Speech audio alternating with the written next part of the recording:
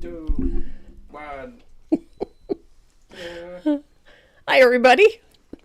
How is everybody on this fabulous fall day? It is absolutely gorgeous here today. Colors are bright. Oh my gosh.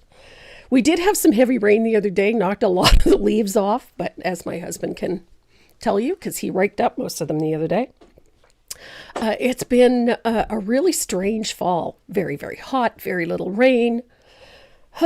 But now it's starting to feel a little more like the autumn weather we're accustomed to. So it was a little on the cool side this morning, but the sun is shining bright and there's not a cloud in the sky. So we're in for a beautiful October day.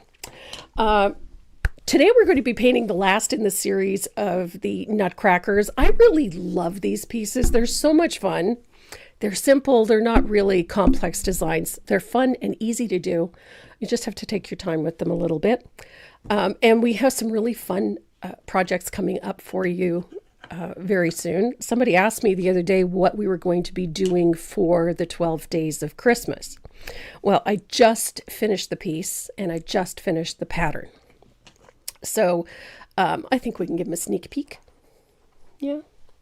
You want to? Yeah, why not? Don't mind the back. It's not painted. Turn it around. Oh. That. Pretty. Yeah, it is pretty. I like it. Chickadee. So this is the piece we're going to be painting. It's on a vintage style washboard. I just think it's such a cute piece. I had talked to Deb about creating a washboard for me. I have a thing about vintage pieces. So I left it up to her to come up with a surface for me. And this is what she created. It is so cute. I absolutely love it. It really turned out quite nice. So this is the piece that we're going to do for the 12 days of Christmas. We're going to be ordering in surfaces and we're going to offer it as a kit, just like we did last year. And we'll include the shipping and everything so that it'll simplify things a little bit. Denise Chavez says hi to Renee from Reno. It doesn't stand. Well, no, it's supposed to hang. Oh, it's supposed to hang. Anyway, so that's what we're working towards for the 12 days of Christmas. I was going through the boxes and bins the other day, and we have so much stuff, so much that we're going to figure out a way to do this, or one way or the other. The shipping issue. When is the 12 days of Christmas? It's usually the first Saturday of December. Usually,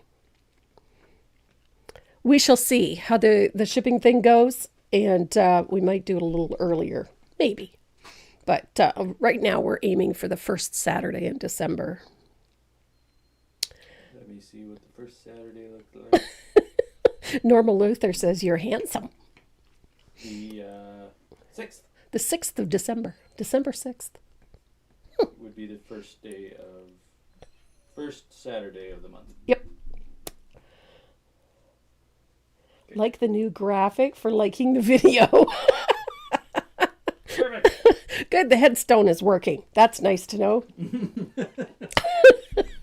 Anywho, okay. I got a dog that he has a dog too. Head is through the door. I know. Brat. She's a brat. Yeah. Okay, so I'm going to say hello to a few people. Sandy Barton, hello, sweetie. And Linda Morgan, hello, doll. Robin McComb from Southern California. And my girl, Deanna Swindlehurst. I'm glad you like it. It's fun. Renee spent a little time playing with graphics this morning. And Sue Black. Hi, Sue. And Charlene Stevenson. We're going to be having, I've got a bunch of ideas. My brain has just been running full tilt this week. I haven't done much this week, to be perfectly honest.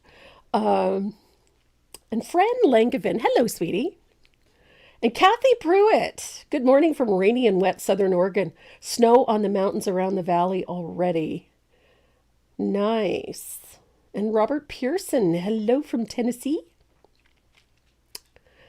And a special hello to Mary and to Petra, hello. They're both watching today. That's nice. And who else? Janet Mills. Thank you.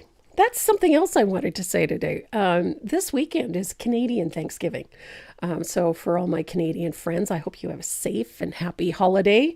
Don't eat too much turkey. Gives you those turkey nap things.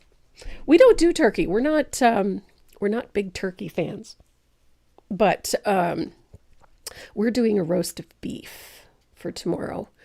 We don't usually eat on the Monday. We usually do the dinner on the Sunday. So that's what we're going to be doing. And it looks like we're getting a beautiful day for a beautiful weekend for it.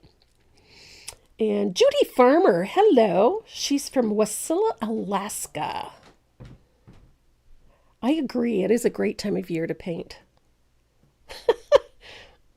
And Corinna in Nova Scotia, happy Thanksgiving. And Donna Pulse.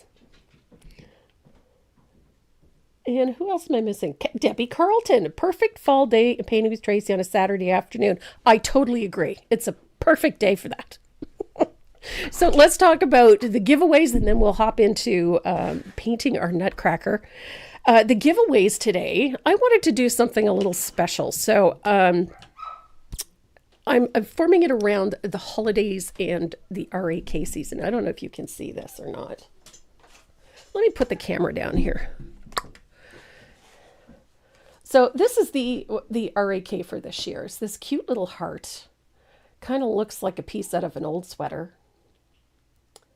And I think it's super cute. The stencil for this is available on the website, but the giveaway today is the kit to do this pin. So it comes complete with the little snowflake, it comes with the little heart and the stencil. Plus we've got our usual little fun little gifts and gadgets and whatnot that we tuck in. Plus there's a surprise pack, a stencil surprise pack in there. So you never know what's going to be in it. So we have a bunch of really cool things. And the other thing that is in it is this. This is the little mini washboard ornament. And I have this little project kit is also in the giveaway for today. So we have 3 of those to give away. And in order to get your name on the wheel for the giveaways, all you have to do is like the video. Eileen, pick me. So all you have to do is like the video, share it, or subscribe to the channel, and certainly join us in the chat. Have to join us in the chat so that we can copy and paste your names onto the wheel. And then at the end of today's live, we will spin the wheel, and 3 of you will get one of those great little prize kits. There's lots of fun stuff in it. So fun. The other thing I want to say, do is give a shout out to everybody that is at NET, which is New England's Traditions, it's Painting Convention. And I've been getting messages all morning from folks that are at the convention. And I really wanted to send you my hellos. I hope everybody is having a wonderful time. I really wish that I could be with you.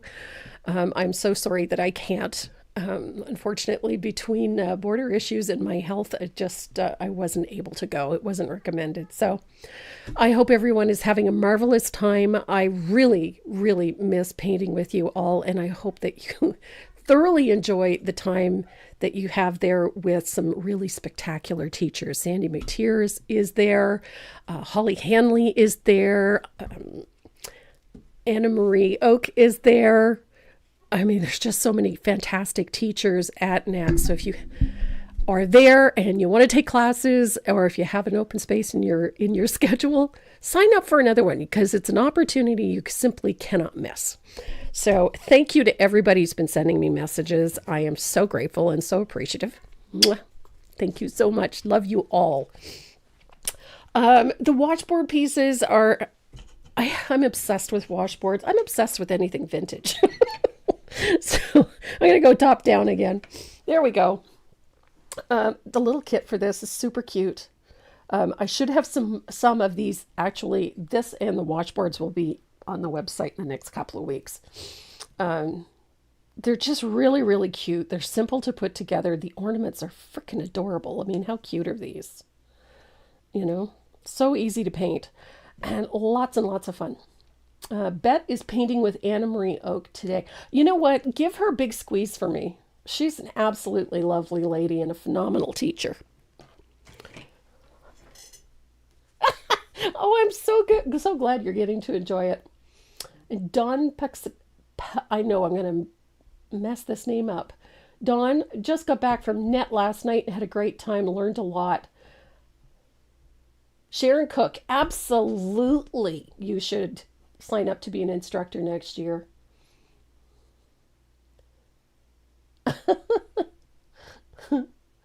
Kay Reynolds, anywhere in the States we can get the washboards. Not off the top of my head. I know the tariffs are killing you. I'm so sorry. I'm not sure, but we'll see if we can't find you a source. I would like to be able to have them available through someone else so that you can get them, because it's a beautiful little surface. You're surrounded by puppers. Beautiful surface. So we'll see what we can do about getting them to somebody in the States so that you guys are able to get them. The other thing I wanted to talk about was printables. I have oodles of printables on my website. They are free. You can download them free of charge. And we just added this one. This one we did with my members on Tuesday night in one of our Tuesday night lives. This is so fun. These are just bookmarks. You can transfer these onto wood and paint them. You can transfer these onto watercolor paper and paint them with watercolor. And then in this case, I printed it onto cardstock and used colored pencils. So there's all kinds of fun things you can do. Makes a great little project to do with the littles and with the grandchildren. And so don't be afraid to go in, log into the website, go and download a whole bunch of them. They're fun, they're easy, and most of these are just simply pieces and parts of other designs that I decided either not to use or what have you. But you are always welcome to download printables off of the website. This is just one of the newest ones. So feel free. But today, we're going to get our ho-ho on. So we're going to be painting. This is a fun piece. I'm in love with Nutcrackers. So I've got my favorite stencil. And this is the fellow that we're doing today. I just think he's fun. He's just a conglomeration of different patterns and whatnot. This one is easy. So we're going to be doing polka dots on top of the red, the white jacket, the beard. And then we've got these awesome little embellishments that my pal Deb made for me. These little candy canes. And they're already etched, so it makes painting them so much simpler. So this is our project for today. Candy canes and nutcrackers. This one we're going to do from the back out. This one is simple. And we're going to have a lot of fun with it. The base color that I used for this is the same color I've used for each of them. Trying to keep everything as cohesive as possible. This is Deep Midnight Blue. And we're going to use a little bit of warm white. And we need a stencil brush. Now the surface is a 12 by 4 tag. It's a holiday tag, the tall skinny one. I love this surface. I use it a lot. I have a tendency to get a little obsessed with certain surfaces. So this is the one we're going to use. We're going to randomly stencil snowflakes onto your surface. Now your brush should be almost dry, and I always start on an open area of your stencil and then go over your stencil, over the opening. The reason for that is if there's a gob of paint on it, even after you've blotted it a little bit, you're going to leave most of it on the surface. So we've got a stencil. and just randomly put a few snowflakes on. They do not have to be fully opaque. They don't have to be perfect. In fact, it's better if they're not, because we're going to distress it anyway. They're just going to sort of fall into the background a little bit. And we're focusing more on the little ones than we are the big ones.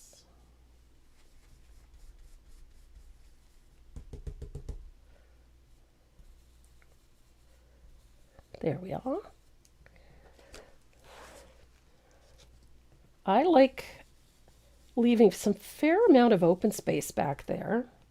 And we're not going to cover the whole surface. We're going to come about 2/3 of the way down. And I'm going to just sort of scatter some of the larger ones across it, but I'm not going to get too big. I also like to have them go off the surface a little whenever possible. And then we'll tuck some more little ones in. This is half the fun, is just randomly putting stuff wherever you want it. And again, I'm not working too hard at this. You tuck one in here.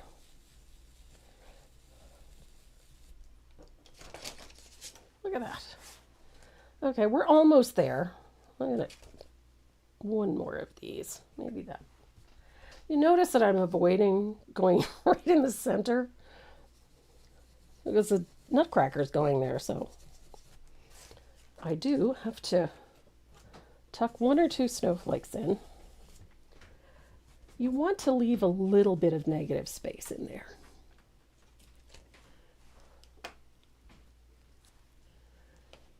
Where are we?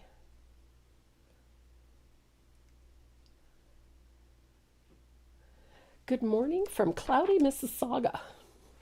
Well, the nice part is that the Canada Post strike is changing. It is still a strike, but they're going to rotating strikes so that some of the mail is moving.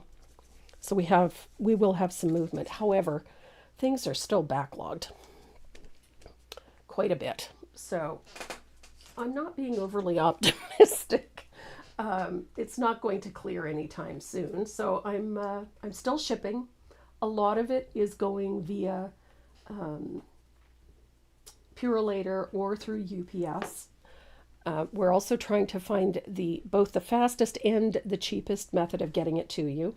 So we're still going to be doing the flat rate. So if you have placed an order and the shipping is ridiculous, I know that, but we've tried to keep it as low as possible.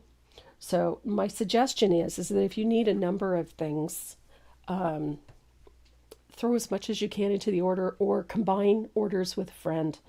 And then we will do everything that we can to mitigate the tariffs from our end and to alleviate some of that for you. I know how frustrating that can be. As Canadians shipping from the United States, we've dealt with it for years, so we're well aware of the frustration it creates. And we're sorry for it, but we're going to do whatever we can to accommodate you as much as possible. With the strike moving over to rotating strikes, we'll be able to start shipping through Canada Post, but it's still going to be some fairly long wait times. So please be patient. We're doing everything that we can to get things out of here as quickly as possible. So next step is we're going to lightly sand our surface just to soften these a little bit.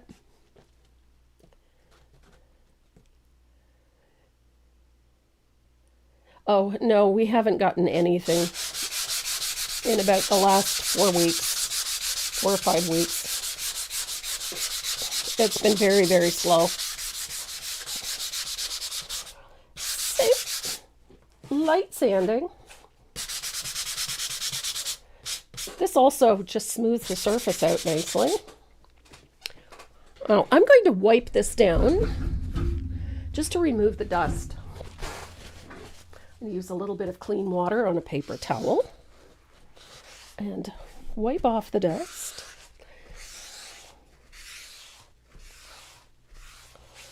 Here we go.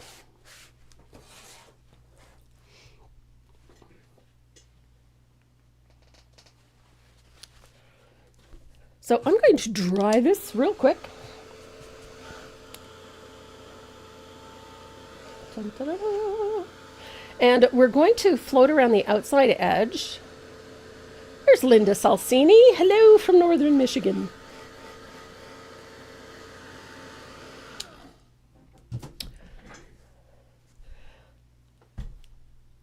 Sherry Ann, if you're having trouble with it, just won't go through. Just refresh the page. Most of the time, that's the problem. Most of the time. Okay, so we need to float around the outside edges of this with a little bit of Prussian blue.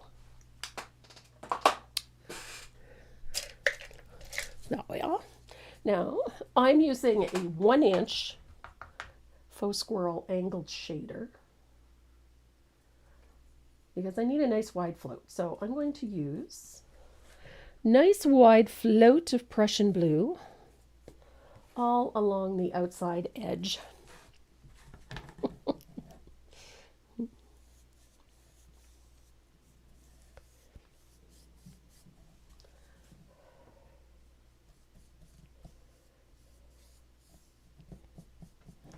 I like a little darkness in the corners and the outside edges. It brings whatever's in the center to the eye. That darker value at the outside edge has a tendency to make a highlight in the center. And having that lighter value in the middle draws the eye in towards what you want to be the focal point of your piece.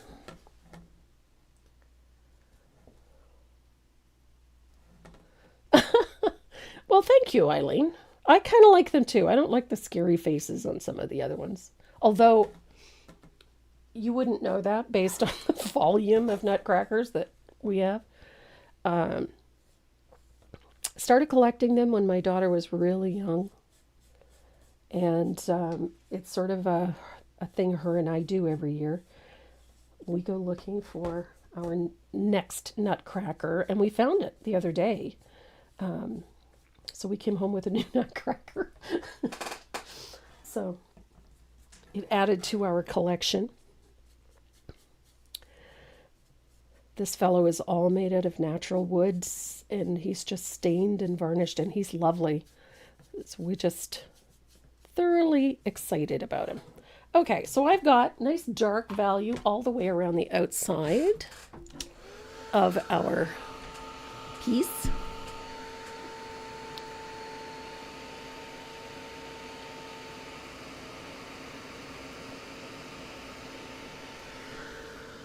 There we go. I'm going to dry this really well. And I'm going to tone this. What size is the washboard? It is 5.5 by 12.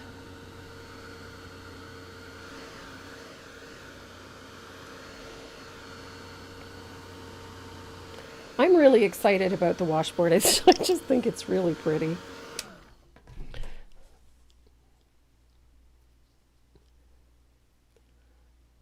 Oh, Linda, at this time of year, absolutely. You're going to see lots of Nutcrackers at this time of year.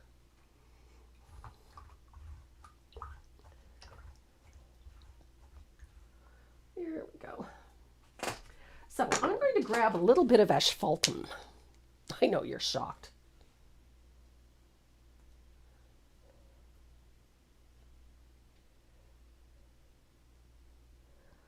Here we go. Asphaltum is my go-to color. I use this for toning, antiquing, aging, everything. Love it. It's a great color. So I'm going to take a little of that asphaltum and I'm going to tone the edges, which means I'm just going to take a nice float of that around the outside edge. This is what gives it the aged look. So there's that asphaltum. I love the look of this.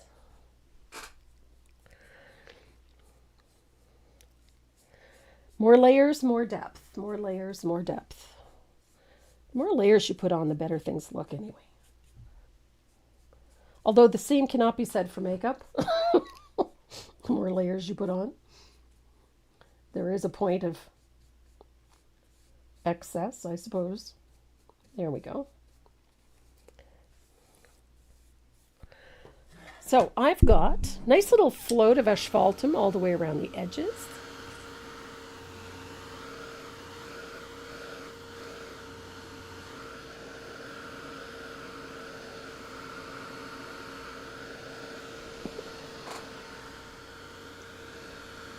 There's Deb.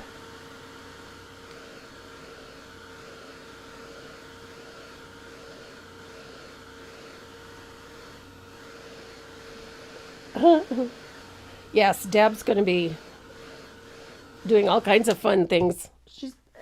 She indulges my every whim, I have to say. All my crazy ideas. So I'm going to thin out a little asphaltum, and I'm going to brush a little of that over the whole surface. Heavily thinned, it's just a little. All this does is unifies everything. So not only does it warm up this blue a little bit, but it pulls the whole thing together so that it's not just, brown stripe on the outside edge. This helps unify this whole piece. And it ages it a little bit. And it deepens those edges. There we go. Tracy wants I make. Oh, Loke Louise and Snow in the Mountains. Lovely. Hobby Lobby has a chalkboard easel, 12 by 8, that would be modified to washboard. Ooh, yes. Absolutely.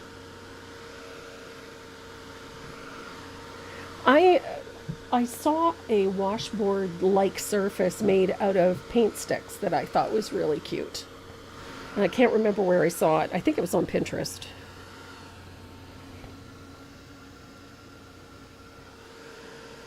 So there we go. We've got, look at our background. Very nice. I like this sort of vintage look that asphaltum gives to blues.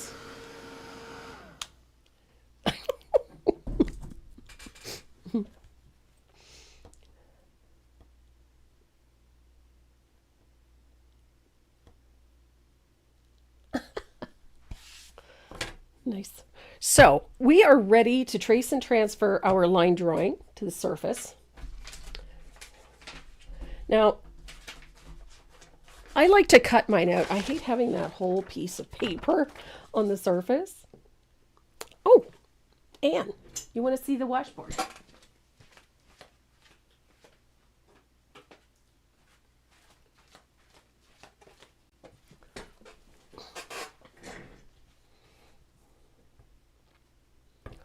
There we go. That's what I'm painting on a washboard.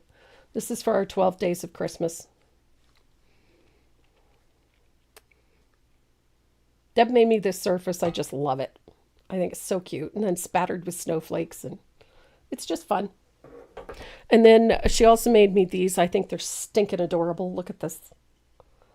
How fun are these?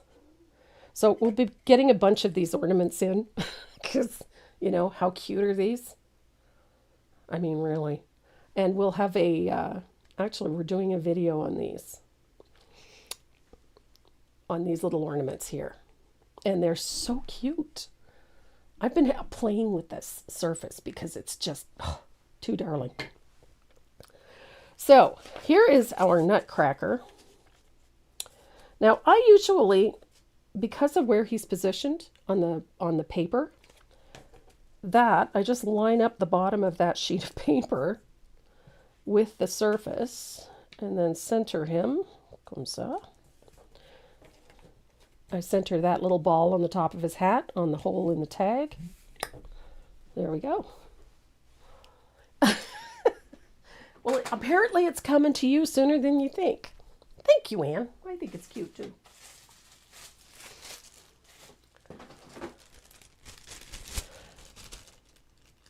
So I've got a piece of white graphite. And I need my red pen.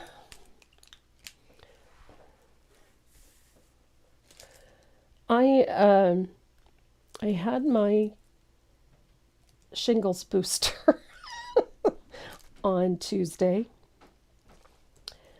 and it immediately left me with the sorest arm. And then I was kind of off the grid on Wednesday and Thursday because I was just done.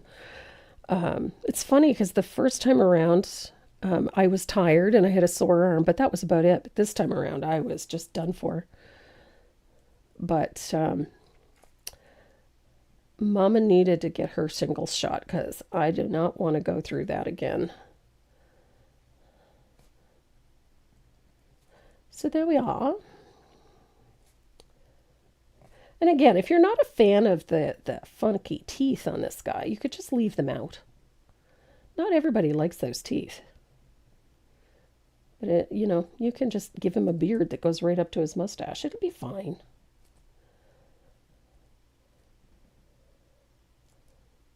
I don't know. I don't worry about stuff like that. If there's elements of a design you don't care for, take them out. I just don't see the need to put them all in if there's parts of it that you're not keen on. Adjust the pattern accordingly, but quite honestly, if you don't like it, don't do it.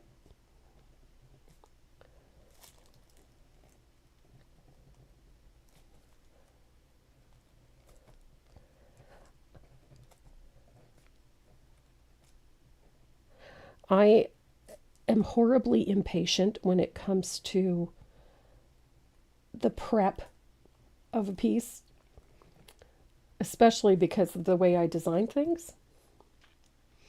I have a tendency to plan out my designs well in advance. I know what my color palette's going to be. I know what techniques I'm going to use. I know every aspect of it before I ever put the paintbrush to the surface. It's just the way I design and always have. I sort of plot things out. So by the time I sit down to paint, I've already chosen my color palette. I may make adjustments to it, but I've already chosen my color palette. I've chosen the brushes I'm going to use. I've chosen, everything. So then when I sit down to paint, I have everything that I need. And if I have to make adjustments, then I make adjustments. But I have friends who can sit down, they don't even do a line drawing. They just start painting. They paint right onto their surface. Sandy McTeer does that. Miss Deb does a basic outline, and then she adds all the fun stuff as she goes along. And it always blows my mind that, the three of us have such very different design methods, but yet, we all seem to arrive at the same place. But I get frustrated easily when I'm designing because I will work for hours on something, on a line drawing, just to get the basics done. And that's usually the bulk of my time is doing the basic design work. And I'm notoriously picky. So I might do the same line drawing 10 times before I actually sit down to paint. Which is not unusual.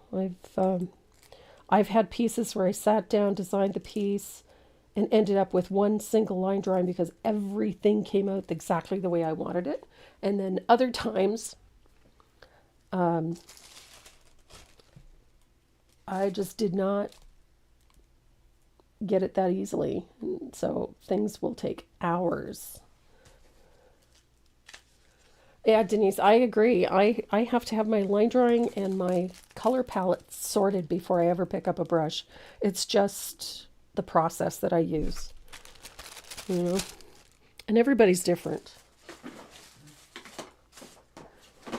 There we are. So I have a rough Tracy.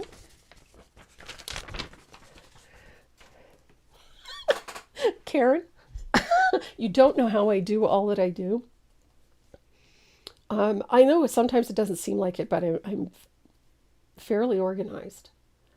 My biggest hurdle is finding the time to create something new.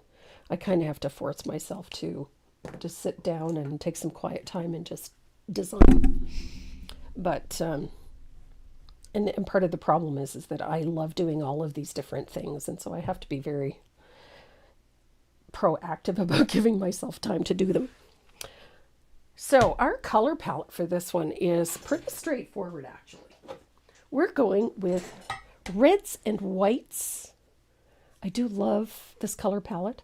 One of the things that I have been doing for years is when I am painting or when I'm designing something, I try to think about how the colors can be utilized in various places to get where I want to be.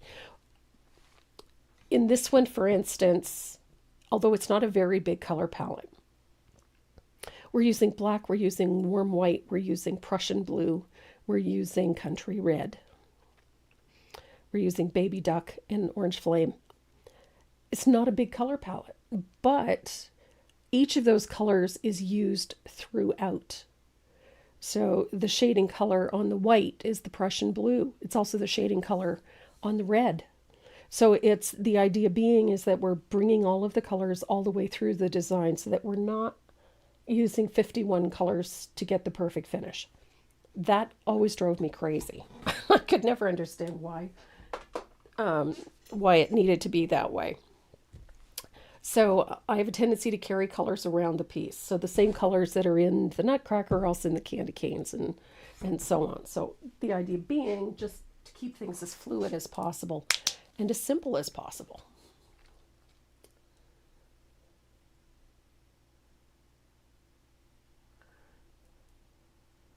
So what did I do this week? I baked a cheesecake. I made a New York style cheesecake for Renee's birthday. I don't do them very often because they're very labor intensive. Worth it. Absolutely worth it. But I'm usually looking for simple meals at this time of year because I always seem to be so busy at this time of year. Between canning, cooking, yard work, designing, painting, looking after the website, shipping stuff and whatnot. It's meals. I don't like the meals to go second place. So I always like to make sure that they have something, rich and nutritious. Tonight we are having wraps and homemade soup. And soup's kind of been my obsession the last few days. I think you've noticed I've put quite a few recipes up on the web on my Facebook page this week. Hi, Debbie. Hi, Jackie. I love the polka dots in this one too.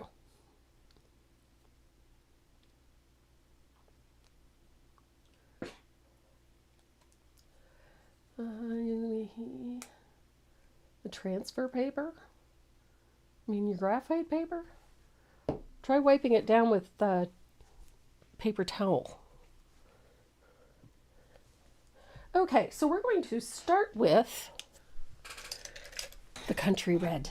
I love country red. I think it's my favorite red. So we're going to paint the pants. Love this color.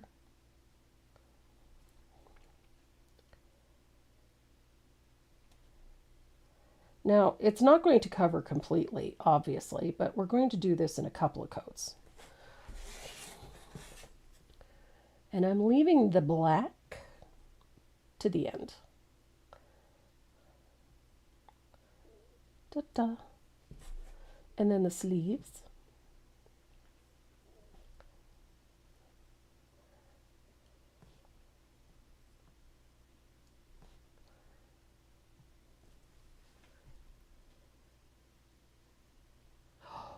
Butternut soup. Yummy. I posted my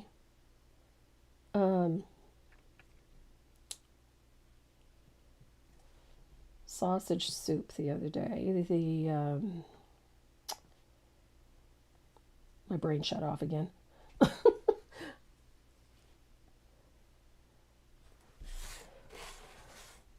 My Louisiana style soup.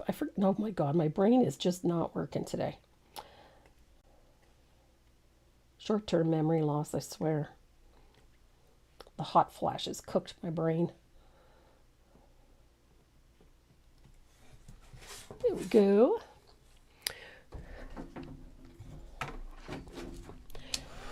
But yeah, we've got my soup is up there. I'm using a number 5, Donna. A number 5 round. Not Cajun, the other one. You could call it Cajun, I suppose. It's similar.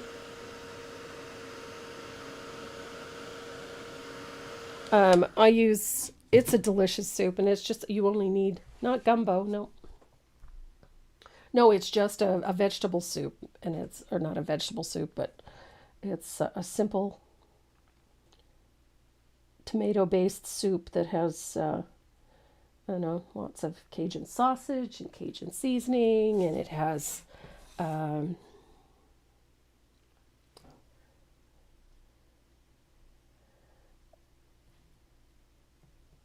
onions. It's just a really delicious soup. It's super easy to make, very flavorful. So if you want, and then Creole, thank you, Cindy, could not get there from here. Honest to God. That's the one. No, Creole. It's a Creole soup. It's just Creole flavors, anyway. And it has some really nice vegetable in it. Peppers and bacon and good sausage. And yeah, my brain disappears more. I'm telling you. I have days where, the elevator just does not go to the top floor. Today's one of them. I find my recall is terrible lately. Just too many things going on. My mother used to say it's a sign of an overactive mind. Or an inactive one. Oh, goodness.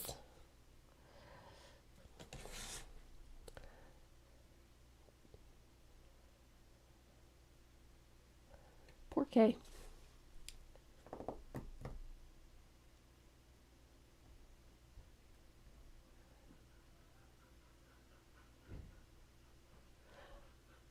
Yeah. I make that soup. I use the sausage and shrimp, and oh, it's yummy. I'm surprised. I know, it's terrible, Cindy. Yep. My brain just sort of goes and switches into neutral sometimes. I think it's hilarious. Except when you're trying to think of something like your husband's name, that's.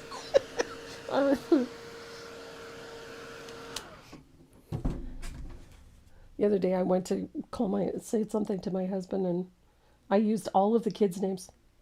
Or not all of them, but both of them. Before I got to his. And he sort of gave me this look. It's like, geez, I only had 2. His mother had 8.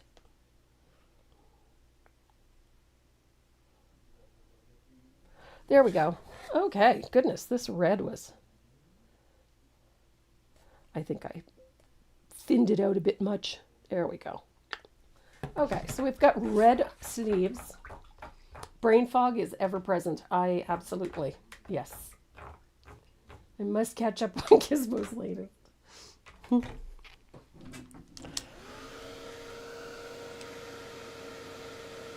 Debbie Fulweller first. I'm glad you like the Nutcrackers. I love them too.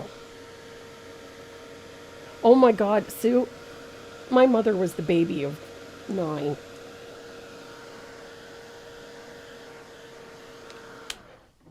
There we are. So we're going to put polka dots on our nutcracker here. And I'm going to use a stencil to do the dots. I did put them in the line drawing, but I'm going to use a stencil to do them just because I can. It's my party. I can do what I want. So I'm just going to use a, do you think I can find a stencil brush today? I have an increasing stash of stencil brushes that need to be cleaned, which is Mom used to call the roll. I agree. Yeah, Chuck's mother used to do the same thing. So I'm going to take a small stencil brush and a little bit of warm white, and I'm going to stencil a polka dot onto the sleeve. Now, you could use a polka dot stencil if you want, and you could use any size you want. It doesn't have to be this particular size. There's no rule that says it has to be a particular size, so just a few, you know. I'm a fan. I like polka dots. I just think that this is a fun, oops, missed, fun way to add a little extra detail to this. I mean, I've done some sort of pattern on every one of these Nutcrackers, whether it was a stripe, whether it was a candy cane pattern. What number? Lorraine, off the top of my head, I can't remember. I think it's 61. I think. Don't quote me. I think it's 61. But this is called Shape Maker. That's what. But I have a variety of them. I mean, I literally have hundreds of them. These ones you can get at Staples, Office Depot, and they're ideal. Just a variety of circle shapes. These ones I found at a dollar store. Variety of circle shapes and ovals and what have you. They're very handy. You can use them for all sorts of things. I mean, just one of these little guys is very, very handy to have. They don't take up a ton of room. They also have a little ruler on the end. They're awesome.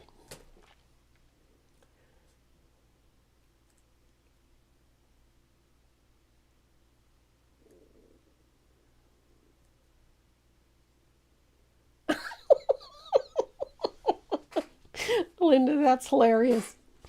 People always want to help. So I'm going to do the same thing to the trousers, although you don't really see a lot of the trousers in this one because of the candy canes. It's still, you still need to put them on there. So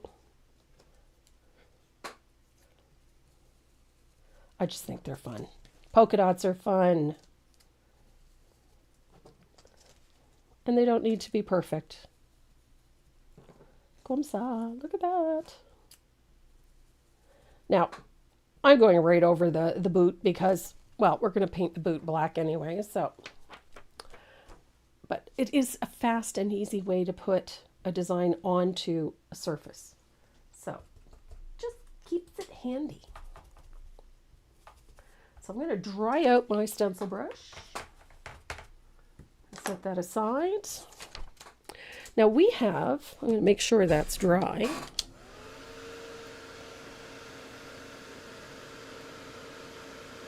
I love doing the sleeves on this. It goes for walks with you.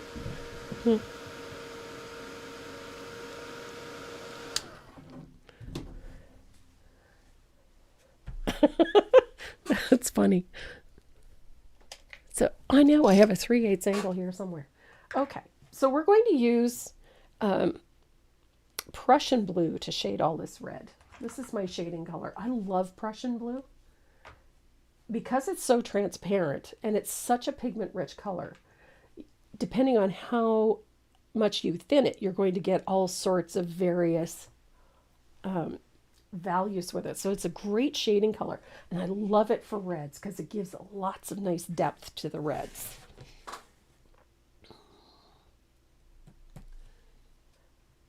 So a little bit of Prussian blue, thin it out quite a bit,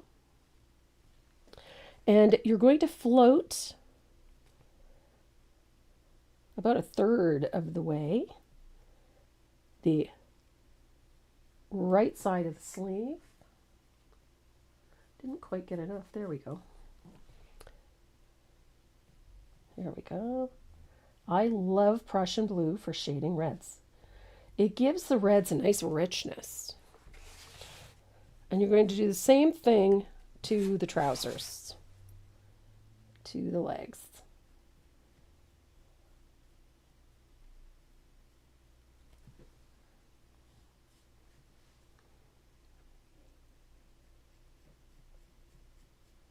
Oop, my brush is not quite wet enough. There we go. Give you a little tip. If you're floating something, you know you've got lots of paint in it, but you're not, it looks really dry or it's kind of dragging, just touch the tip of the brush to the surface of the water or to the surface of your glaze. Just touch it.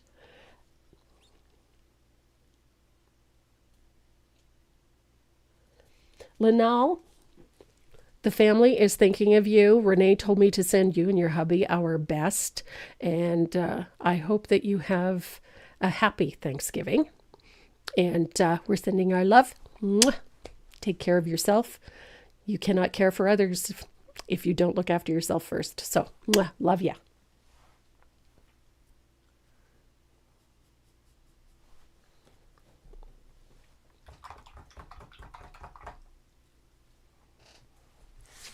So we've got nice little float. I want to deepen this one. It's not quite deep enough. There we go.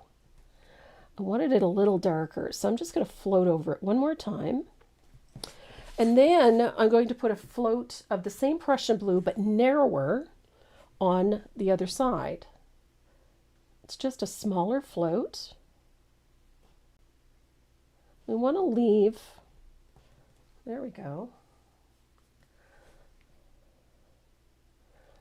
Anytime you're doing something, you want it to look cylindrical. It's a good idea to put a shadow on both sides. Just one should be narrower than the other. And you'll see why in just a sec. So whenever you're trying to get that cylindrical look, it's important that both sides get shaded. It just doesn't have to be as wide.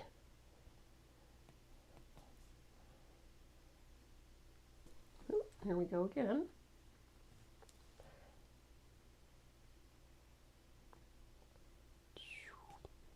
So once you have that done, you're going to dry it.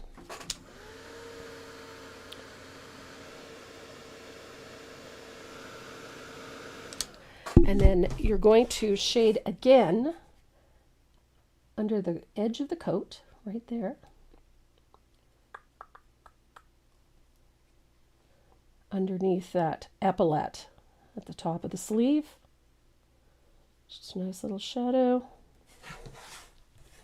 Again, right at the bottom of the sleeve, we're going to put a nice small float down there. And one there.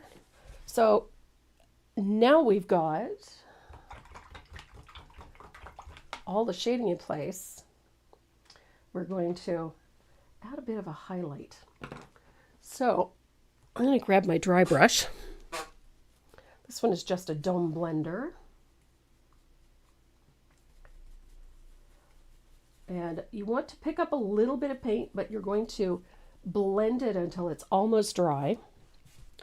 And then you're going to put a dry brush just to the left of the center. Not dead center, but just to the left. Like that. You're going to do the same on the legs as well.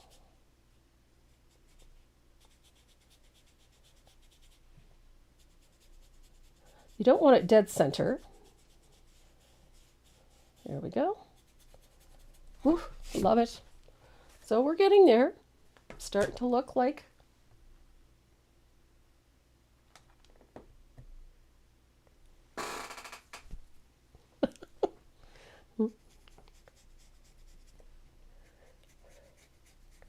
So Charmaine just made a point that she's a lot more aware of where the light hits things.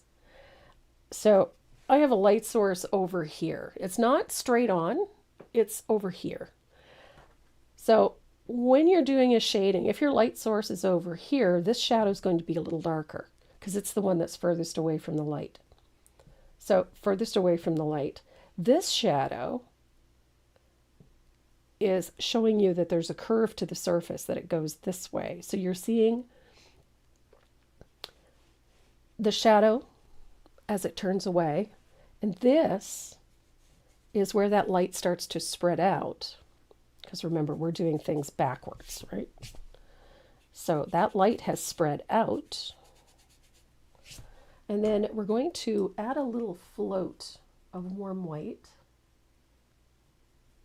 Heavily thinned. You don't want this full strength. And when you put it down, you're not going to go to the edge of that dry brush. You're going to come in just slightly from that edge.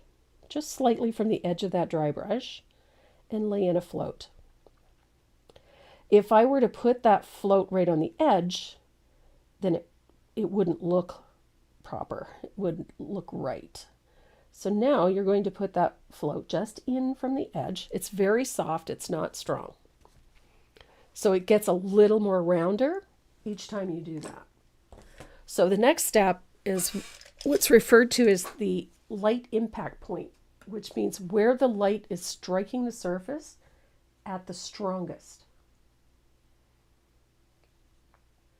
And so we're going to use a liner brush and some thinned warm white, and we're going to come in slightly again and put a stroke of white. It does not have to be perfect. It can be just loose like that, but that is your light impact point. That is where the light strikes the surface at the highest point. So now you have cylinders. So that's what gives you that curve, the look that it's cylindrical as opposed to a flat surface. And we're going to do the same thing to the hat. I'll show you how to do that too. So we have our cylinders. Looking pretty good. That comes together pretty fast. So the body, or the jacket, the coat, the main portion of his body is warm white. I love warm white.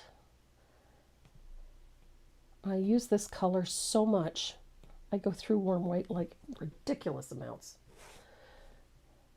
I think I've had the same bottle of titanium white for about 4 years, but I've been through at least 2 bottles of this a month. I go through a lot of warm white.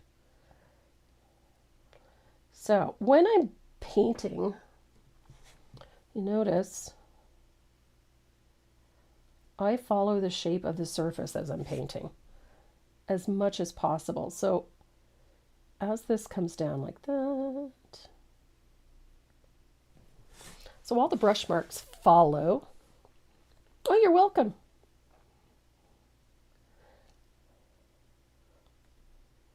The brush marks, if any, follow the shape of the coat.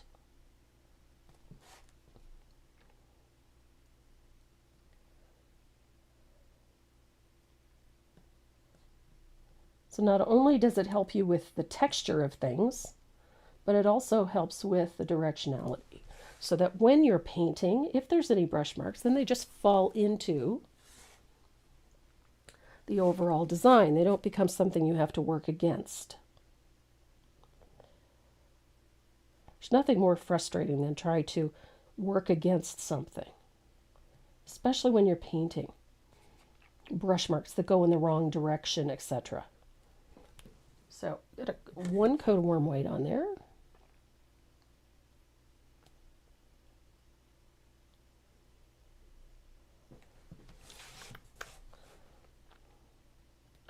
This little guy is so cute.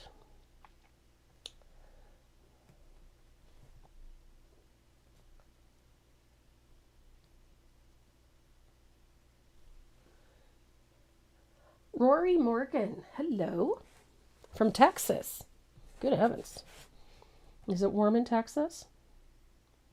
I know that there's a pile of folks on the East Coast that are in for some rough weather this weekend. Ramona.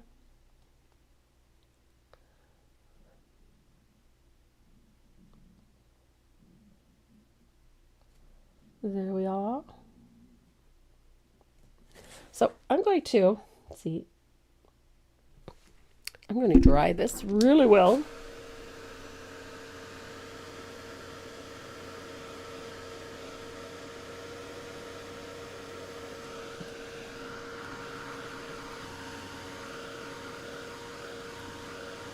And I've got a spot that I missed right there.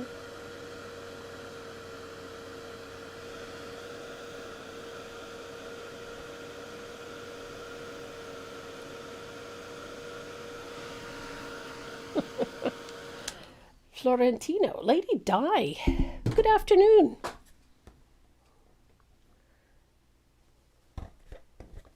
So nice to see everybody. Well, you know what I mean. I don't actually see you, but see your names. The nice part about doing these portions first is that those other areas, like the belt and whatnot, they cover up things. You like the polka dots? I love polka dots. Polka dots are fun. Okay. So while we're at it, I'm going to grab a smaller brush.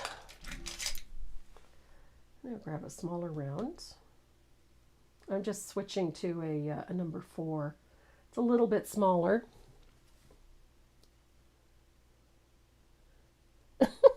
If I would love to have all of you in the studio. That would just be so much fun. It could be dangerous, but it would be fun.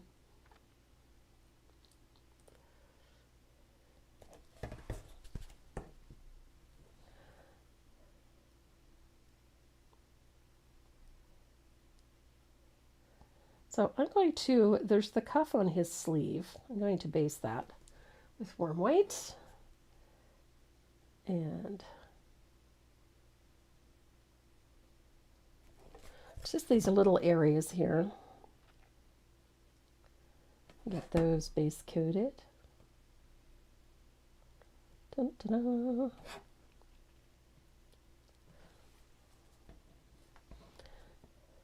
I need to fix this. There we go.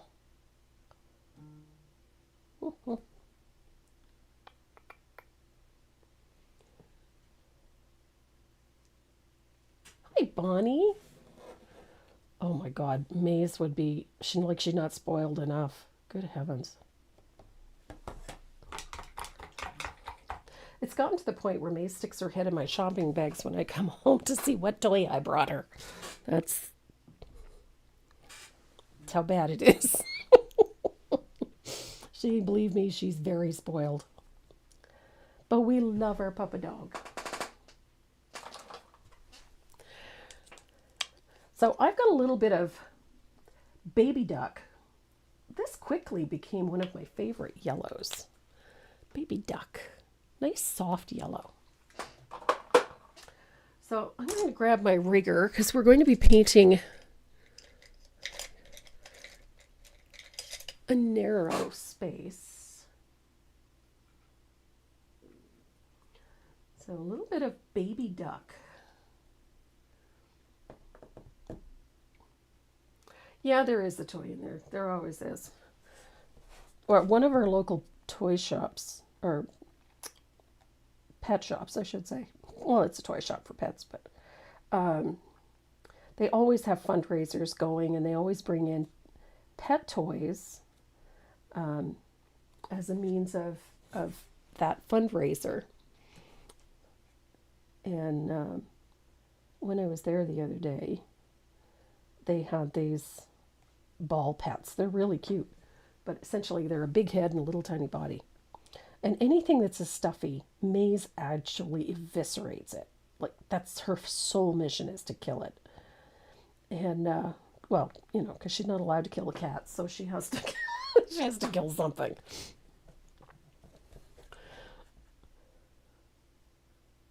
So I donated $10 and came home with 2 of these things.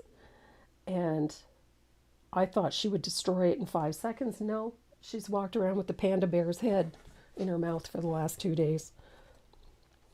But she stuck her head right in the bag to see what I brought her. That's spoiled. Okay, so all of those trims on the jacket, you know, that the front part here, along the bottom, and those epaulettes at the top all get a coat of baby duck.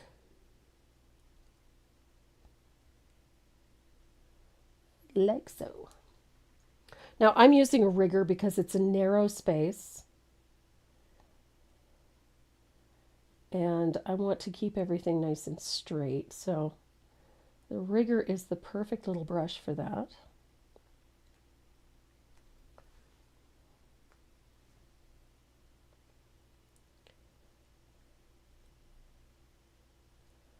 Easy peasy. And one coat is probably sufficient. If you've got it thinned nicely, one coat's usually enough. But if not, no harm in putting a second coat on.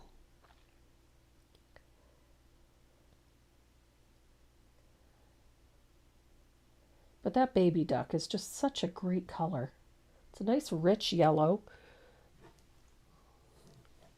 I am going to put a second coat on because this is just a little sketchy.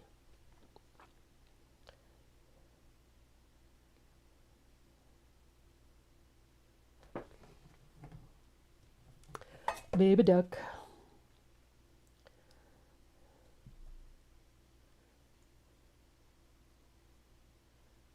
Oh, Marjorie, that was always a sweet thing to say. My classes were always fun. I try to make them fun. They should be fun.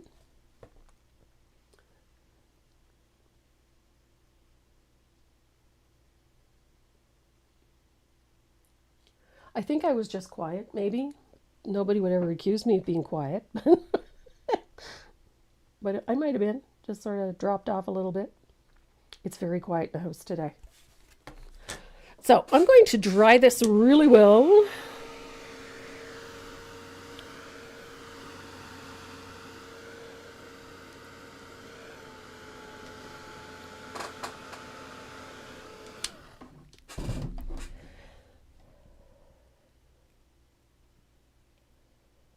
And I'm going to touch up a couple of spots there that just weren't cricket, if you know what I mean. There we go. Okay.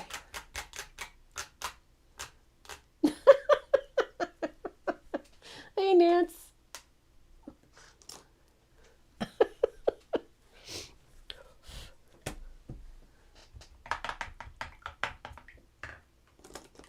So we're going to start with the shading on the coat.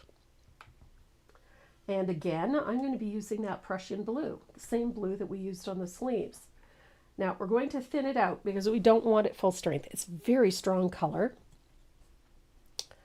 So I'm going to put a float of thinned Prussian blue all along the outside edge of the coat. Just like that. Now the same rule applies to the body that applied to the sleeves. The float. Oh my stars. There we go. Oh. Where's my mop? Apparently I can't soften a float today to save my soul. So that float on the left side is going to be a little narrower than the one on the right. Thanks, Lucy. We are having fondue. Oh my. Nice. You're doing fondue. We're doing soup and chicken wraps tonight. I roasted a couple of chickens just for the meat this week. No, just to have cooked chicken handy. I will get a couple of chickens from the freezer and just pop them in the oven, and no real plan to actually, eat them at a particular time, but just roast them. And then we'll take everything off the bones. And then I keep a container in the fridge during the week for chicken salads, for soups, things like that. It's just handy to have it. And we're going to use that Prussian blue to shade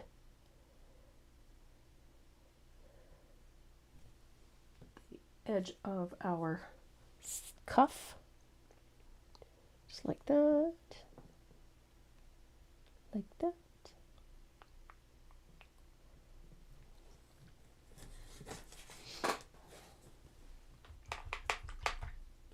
And then I'm going to dry that really well. And we're going to use a float of heavily thinned asphaltum. We want this color heavily thinned. You don't want it full strength.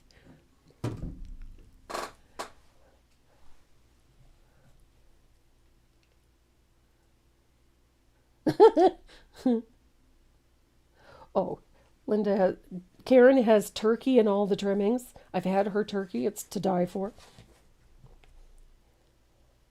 So a little float of asphaltum right over top of that Prussian blue. I love the warmth. Well, not necessarily warmth, but I like the tone that it sets. It gives it more of a grayed out version instead of a cold look, which is always nice. So don't forget, get up underneath that beard, underneath the epaulettes. Wherever you have put a float of Prussian blue, you're going to put a float of asphaltum.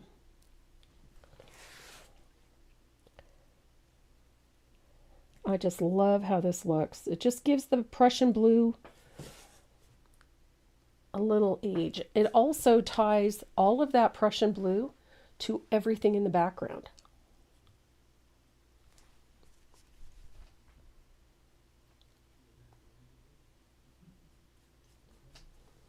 So it just brings everything into balance.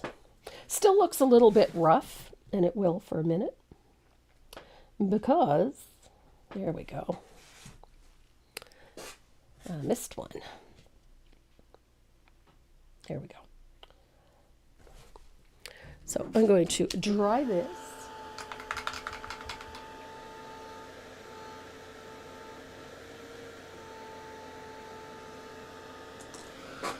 What did I miss, Bobby?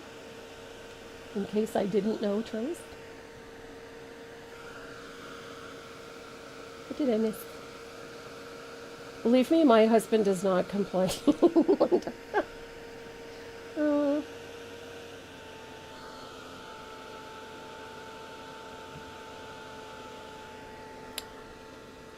We don't do tortilla at Thanksgiving. We do tortilla at Christmas and at Easter. It's the biggest one. Oh, okay. Creole and Cajun. Okay, got it. That's good to know. I wasn't aware of that. So I'm going to grab my small stencil brush. I think it's dry. Yep. Reasonably so anyway. I'm going to pick up a little bit of that warm white. Oh, I think it's too wet. Maybe the other one is. Is the other one dry? Nope. Good heavens. I need a dry stencil brush. I don't know that I can find a clean one at this point. Yay! I found one. I have a bag full of stencil brushes. So I picked up a little bit of warm white. You can use titanium white too for this. So in the center portion of this,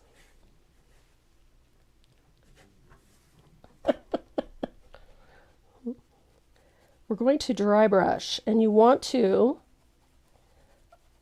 very softly overlap all that shading, just a little, but it immediately softens the look of it.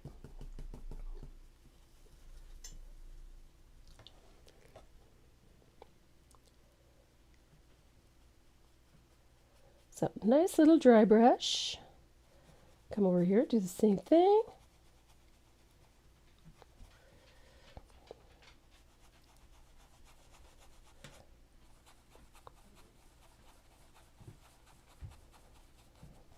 I like the dry brush. It adds a little highlight to the center of that chest panel. And it softens the edges of the shading a little bit so that it doesn't look quite so harsh.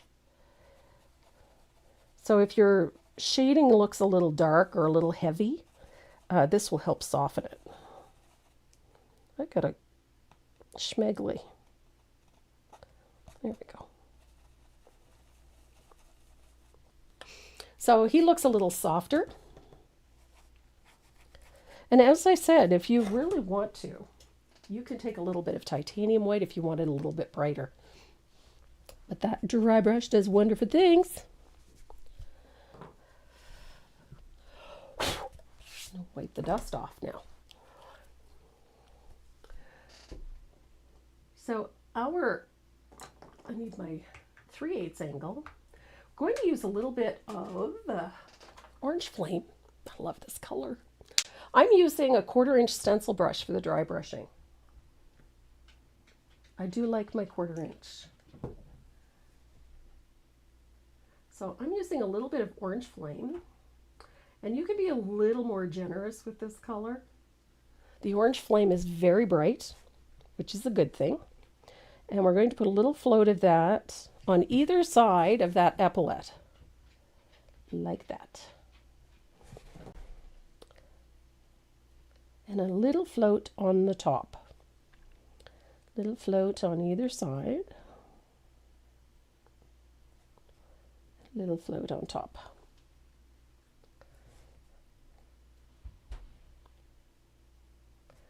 And this is going to create sort of a gold look. There's our top.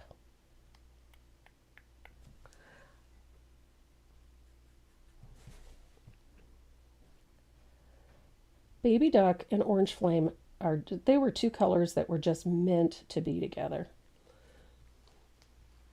So you see, you create sort of a rounded look again using that. We're going to do the same thing to this band on the front of the coat.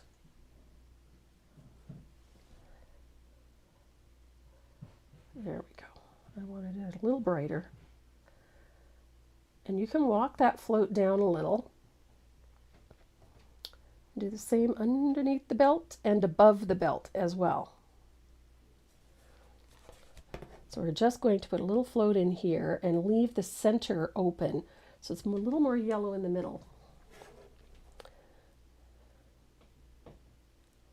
Orange at the outer edge. Orange at the outer edge.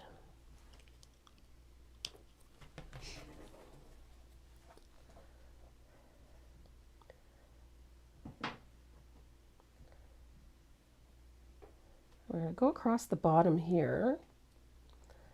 And then just as you get to this corner where that round out edge is, we're going to pull the color the other way.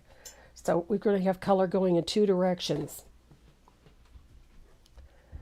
And it can be a little troublesome, but I think we got it. There we go. Oops.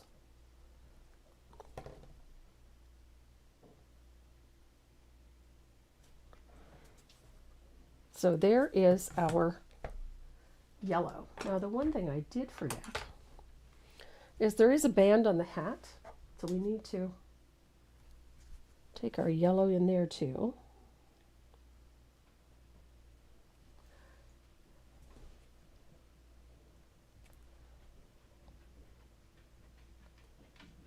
As I said, I like to carry colors around.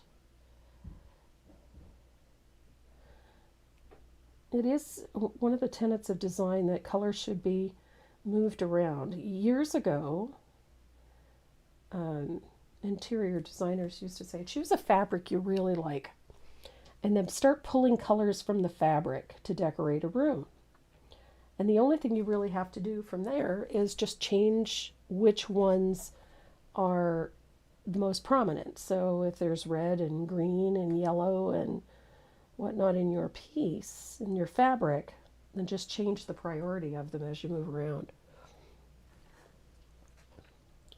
So, and I do something similar to that when I'm designing. When I choose my color palette, I kind of choose colors that can be used for a variety of purposes, not just for base coating that one piece. I like to move things around a little bit. So let's dry this.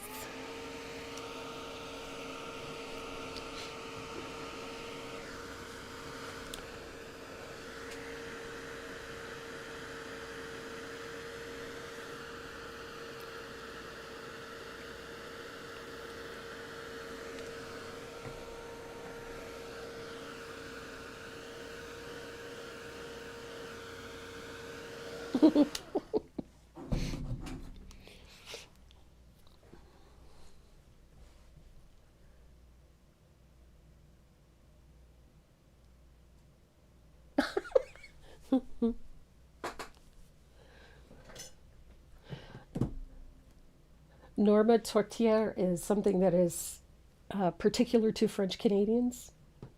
So not every Canadian, they know what it is, but they wouldn't necessarily recognize it if it's not made according to what they were used to.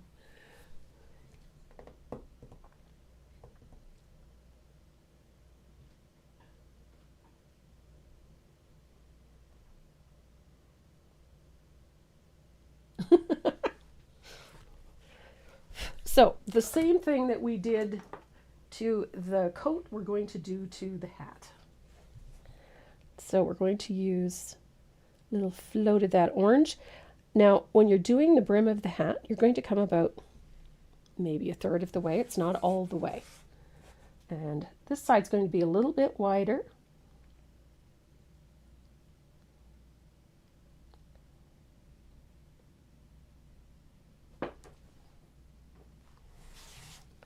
There we go.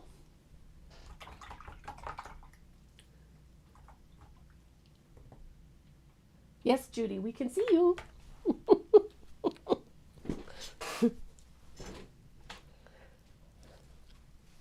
He's so cute.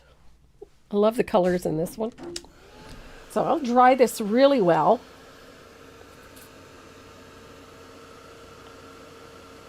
And then I'm going to grab my liner brush and some warm white. Just a little. You don't need a lot. Hi, Shannon. How are you? I know you were ill. I'm glad to see you here. Lori. Oh, you're having ham? I know, right? I have pretty digits today. They don't look like feet. So I'm going to use a little bit of warm white. And we're just going to add a little series of fine strokes to the center of that yellow. Very fine. They don't need to be overly detailed. And they're just going to be in the center like so. Nice and fine. You don't want this glaring white. But that little stroke of white in the center of that.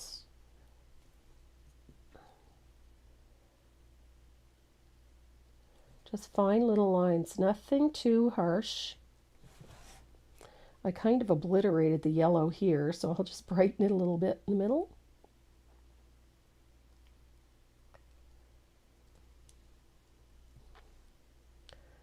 And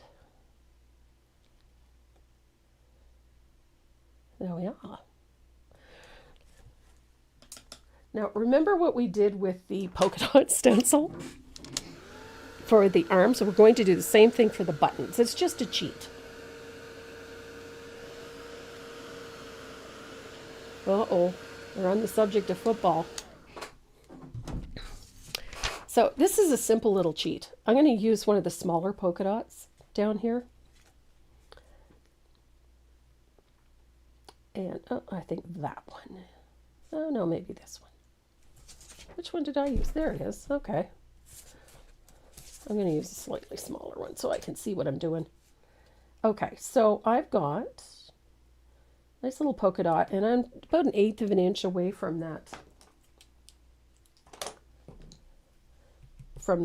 yellow band in the middle. And I'm going to use my dry stencil brush and a little bit of that baby duck, and I'm going to stencil a polka dot right there.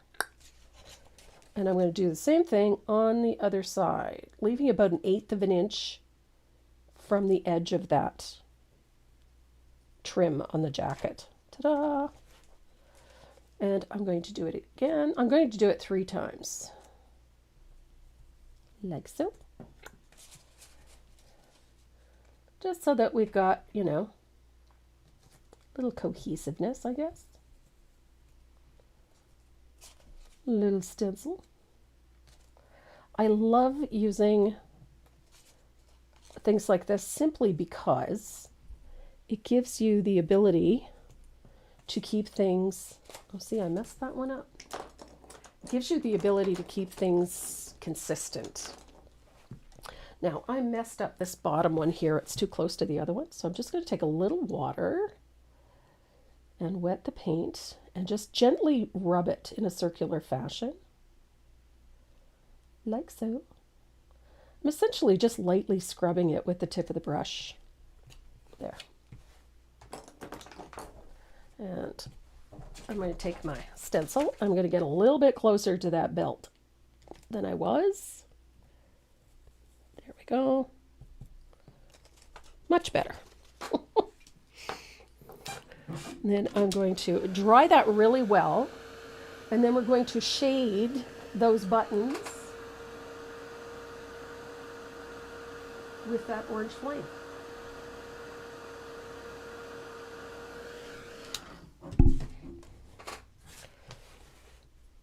And the shading is going to go on the right side. So a little float on the right side of each of those. Just like that. Look at that. We have buttons. And we'll dry that.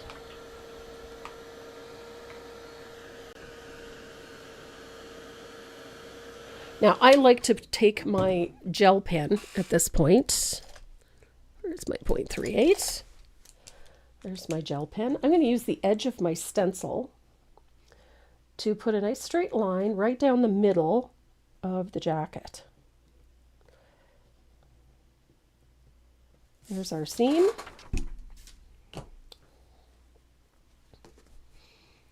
And then we need some lamp black and the liner.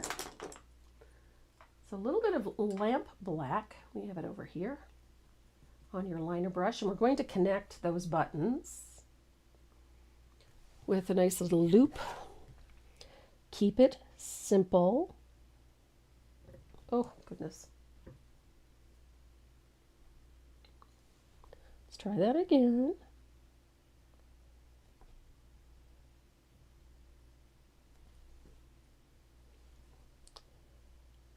There we go.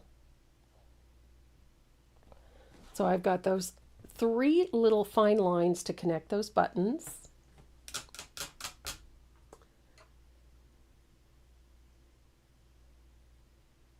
And then we're going to highlight the buttons on the upper left with a dot of warm white. They are metal, little brass buttons. Comme ça. So we have our 3 buttons on either side.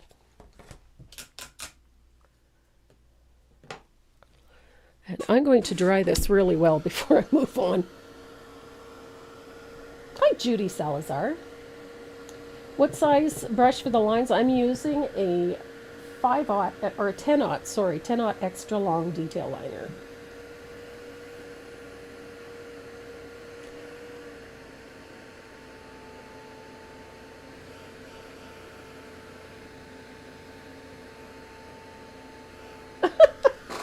Patrick, yeah, I have a brush agitator in the bottom of my basin. It looks something like this. And so when you run I'm going to show you, you can hear that at the bottom of the brush. This is what it is. And I love this because it vibrates the ferrule and it allows everything to come out of the brush. It's a handy little rig. I also use these for cleaning my brushes. They're fantastic, especially for cleaning stencil brushes. Easy peasy. That's why. Okay, so everybody was talking about Cajun. This is my little voodoo pin my daughter made me. I love this thing. My daughter made this. I love all things skulls, and I was on a Cajun kick and a voodoo kick just recently, and so she made me. I just love it. Little bones on the hat. Love it. And I'm kind of obsessed with Halloween at the moment. Don't know why. I was also obsessed with teacups again. I don't know why. Somebody had asked about the lettering on this. This is, where did I get that cleaner pad? I've had mine for years, but you can get them from stockade.ca. Wanted to show you, since I have the chance, a little trick for doing lettering like this. So I use alphabet stamps all the time for small things like this. It's just so much simpler. But I wanted to show you a little trick because I normally freehand them in and they never come out straight. And I really love the wonky look, but not everybody does. So, I like the wonky look because I'm a little wonky, but not everybody does. So I take my 3 stamps to spell out the word, and then I tape them together. And that keeps them nice and straight so that they're all level and joint. So just tape them together with a little painter's tape, especially if you're doing these for like bazaars or craft sales or whatever. It's just a simple way to do the lettering on something and keep them nice and steady. So yeah, just if you're ever doing something like this is a handy little tip to keep in mind. Just use a little bit of painter's tape to hold them all together. And if you're going to be doing a lot of them, they can stay this way. It doesn't hurt them. I just put them back into their container. But yeah, just a little out of the way tip.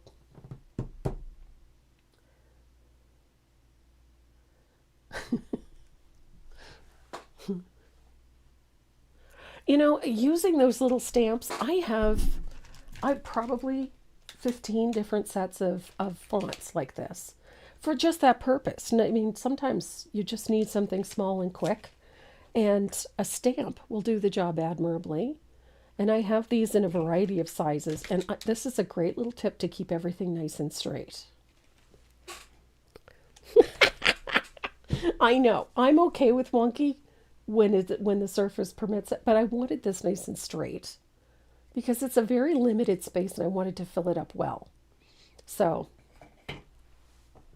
you stalked my Facebook for tips this morning. Oh my goodness.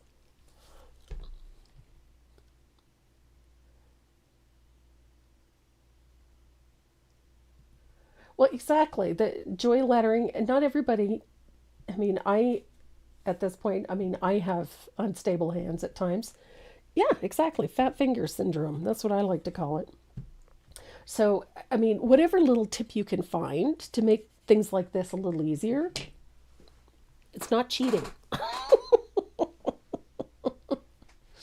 It works like a hot damn. For Life Out Loud. Oh, I like that name. Pure Dead Brilliant. I love that. Pure Dead Brilliant. So we've got those buttons done and they're dry. Look at that. So now's the time we're going to clean up a few things. So we're going to use a little bit of lamp black. And I'm using a number 4 round. I'm going to pick up a little bit of lamp black. And we're going to paint the belt. Now I like leaving this black stuff to the end, and this is why. So if I need to make that belt a little wider to clean up some little whoopsies like I have here, so be it. So we're going to do the, oh, well, that was another whoopsie. Spit fixes everything. Dirty faces, paint where it wasn't meant to be. So, the belt.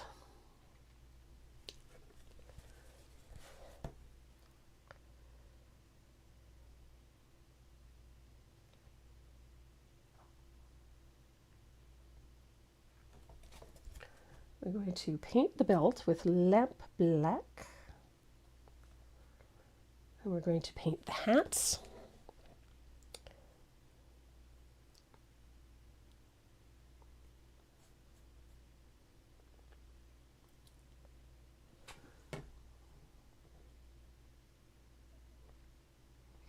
Da-da-da. Pure dead brilliant. I like that.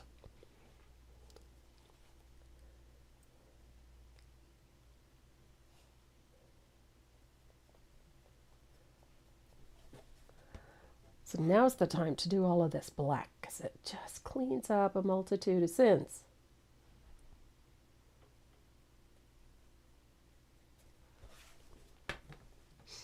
Pure dead brilliant.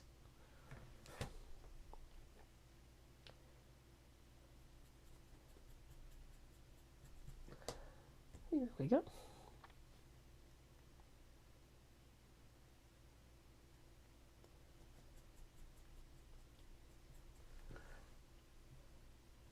La-da-da. Oh my goodness. Val Clemens. Hi, Val. Sneaking in late today?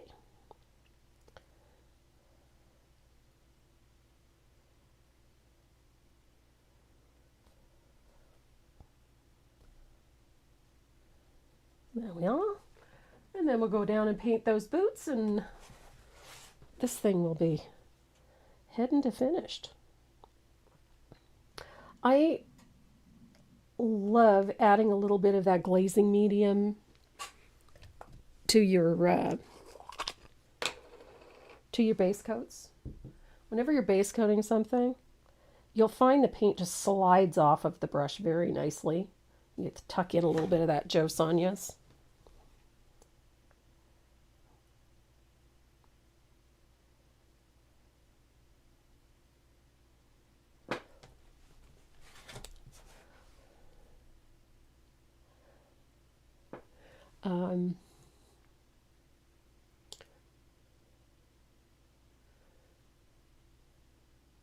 Was looking for that name and it went sailing by me. Hi, Deb. There's our Deb Daniker and painting family.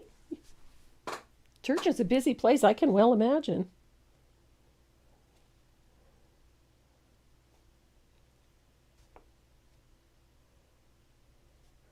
So there we go. Lamp. I love how paint moves. When you put a little of that Joe Sonia's in it, it just slides around. Helen Rank. Hello, Helen. Nice to have you with us.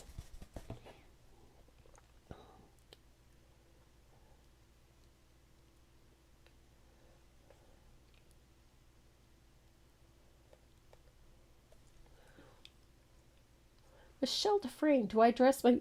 Yes. You can do it either way, Michelle. But I generally will pick up some in my brush and mix it right on my palette. And oh, Fran, I'm using a number 4 round. I'm still playing with these Evo art brushes. I haven't found any place where they're available yet, but I'm still playing with them. I like the way they work.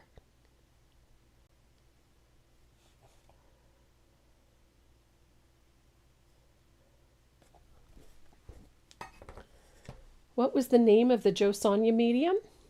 It is Jo Sonja's Fast Drying Glaze. I love their fast dry glaze.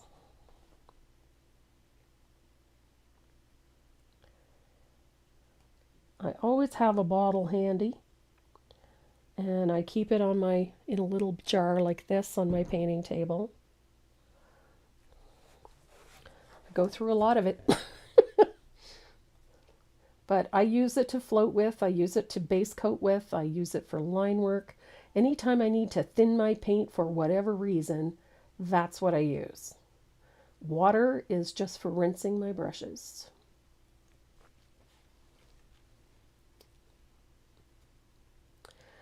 And just a reminder, guys, there's a ton of information on my website.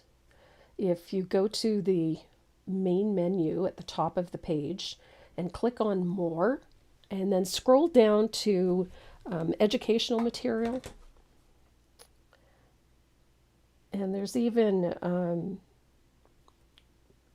color charts, conversion charts. There's a whole bunch of stuff down there.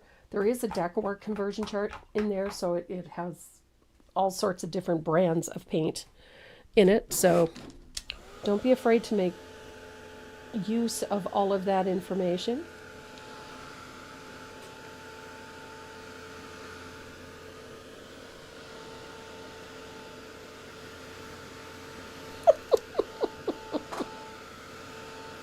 Oh, yeah, a little bit of fast dry does wonders.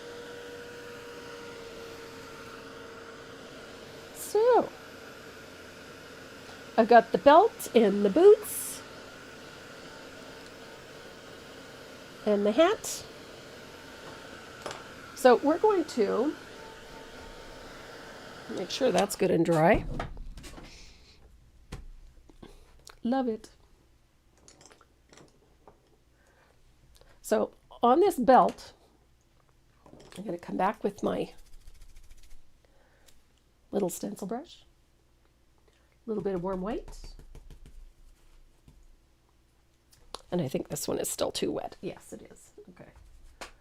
So I'm going to use my dome blender instead. I'll pick up a little bit of warm white. And we're going to put a dry brush horizontally across the belt. It's just a light one right in the middle. Doesn't have to be super bright. So just a little dry brush right in the center horizontally. For the hat, there is a line, and we're going to go horizontally across the front of the hat, just like this. And you're going to cover about a little better than half. So you're going to leave a narrow space on either side, like so. So you got a narrow side here and a narrow side over there. And you're going to reload your brush, and you're going to do it again, but it's going to be a little narrower this time and just in the center. A little narrower. And you're going to do it again right in the middle.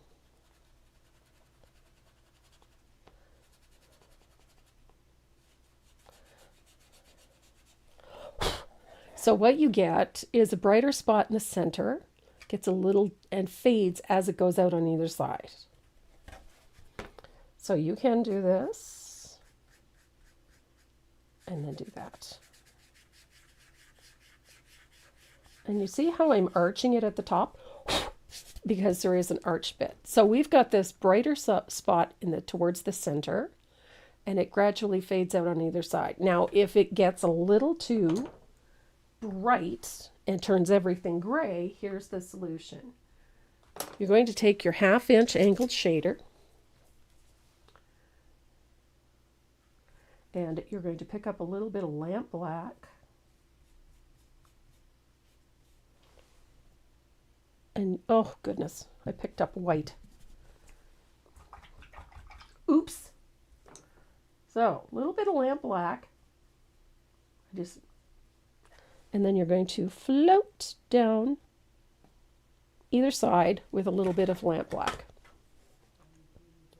And that will bring your shading on either side back. And then we're going to dry it.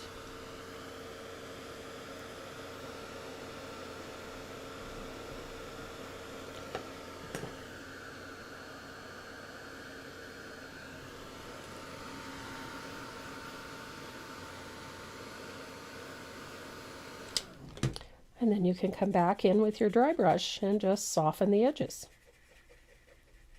Just like so.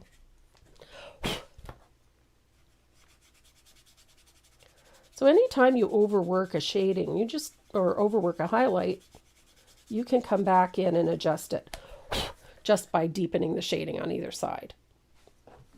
Super easy. So we're going to put small highlight on the outside edge, just teeny tiny one, just to define the edge of the hat. Doesn't have to be a heavy line.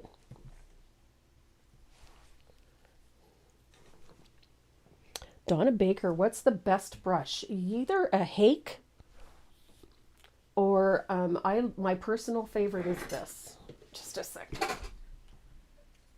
This is my favorite varnishing brush. This is a faux squirrel oval. Super soft, has lots of bristle, holds a ton of varnish. I love these. They're soft and they have that, you get very few brush marks with it. I've always found that type of a brush works best. You need something that's very soft at the chisel edge.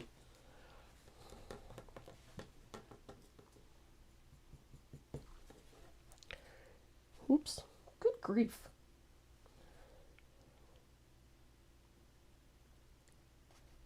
There we are. All right. Bye, Lucy. Have a great weekend. So we're going to paint, because I forgot. Remember, we've got a little red ball. You can paint it white if you want to. I think I'm going to do this one red. I painted the last one white and I didn't care for it, so I want it to match the uniform. So either white or red, you know, whatever blows your hair back, basically. If it matches, it's good. So I did it white on this one. I have no idea why. I couldn't explain myself.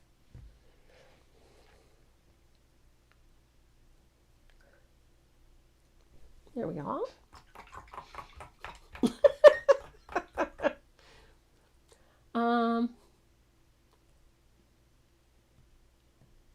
Oh, it's simple. Patrick, mine stays really, really soft.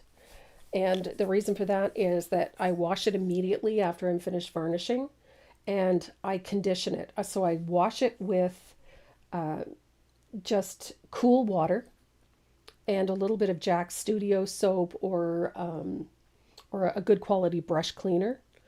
And then I will pack it full of conditioner and let it dry, and then I'll rinse it out, shape it, and let it dry. It's that brush that I don't use often, but I want to keep it really pliable and very soft. So Jack's Studio soap or a good quality brush cleaning soap, something, not necessarily a solvent, but a good soap. There's a lot of different ones. Masters makes a really good one. So make sure it's cleaned thoroughly and then rinsed thoroughly and then condition it, which means you can just leave the soap in it. You can just shape it and leave the soap in it, let it dry, and then rinse it really, really well. Once it's completely dry, shape it, lay it flat to dry.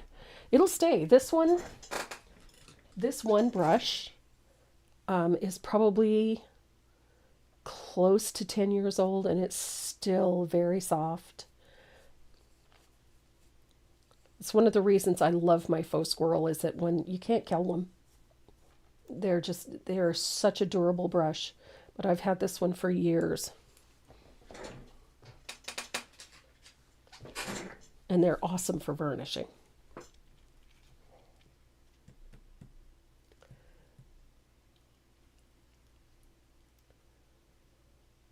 And I only use that one for vernishing. I have some like that I use for base coating, but that one in particular is just strictly my vernishing brush. I don't use it for anything else.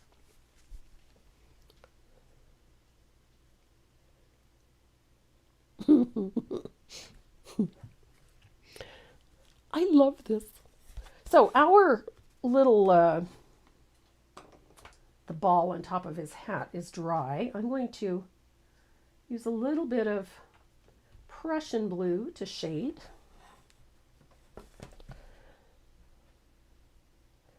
I would shade it the same way even with it if it's white, but I'm going to use a little bit of Prussian blue. Oh, I love my faux squirrel brushes. And then the highlight on this is going to be a little bit of thinned warm white on the other side with a little float of warm white, like so. And I'm going to dry it.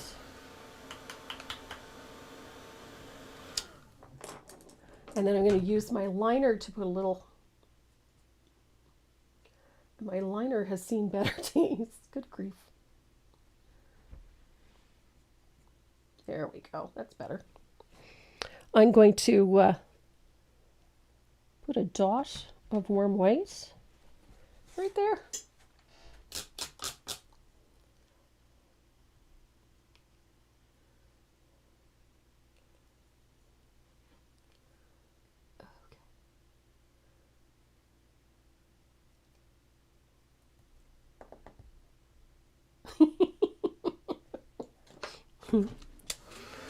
Hi, Deborah.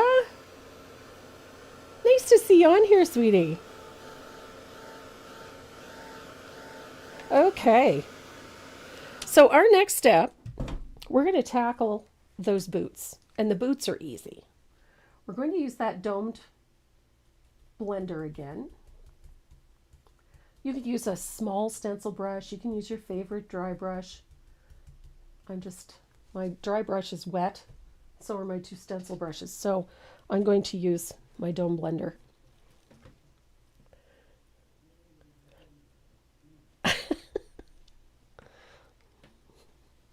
Okay, for Life Out Loud, don't forget, head over to my website. There's tons of information on my website that is free. You can just download it. There's color conversion charts. There's paint mixing charts. There's even brush information. There's all kinds of stuff on there. So there we go. Just a dry brush on these boots, much like we did for the hat. So that first one is going to be a little bigger. And then the next one's going to be a little smaller. That highlight on the boot. And then we're going to put one horizontally on the cuff of the boot, or that top of the boot, just like we did on the belt. Et voila. And then I'm going to take my little angled shader and I'm going to make a very weak float of warm white. And I'm going to put a float of it in line with this one. See that little highlight there? You're going to go in line with that one. Just like we did the sleeves. Toe of the boot. There we are. And I'm going to do the same thing on that cuff. Just a little float. And again, that light impact point, little stroke of the white, just in from the edge slightly. It can be dry, it's all fine. There we go.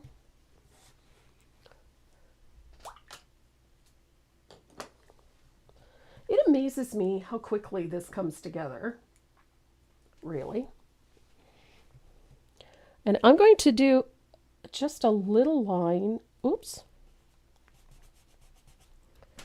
I had a little too much paint on my brush. Just gonna, oh, does not want to behave today. There we go. Close enough for government work. There we are. A little highlight. And then we have to put the buckle on. I'm a rabbit hole today. Yeah. I'm not sure how to take that.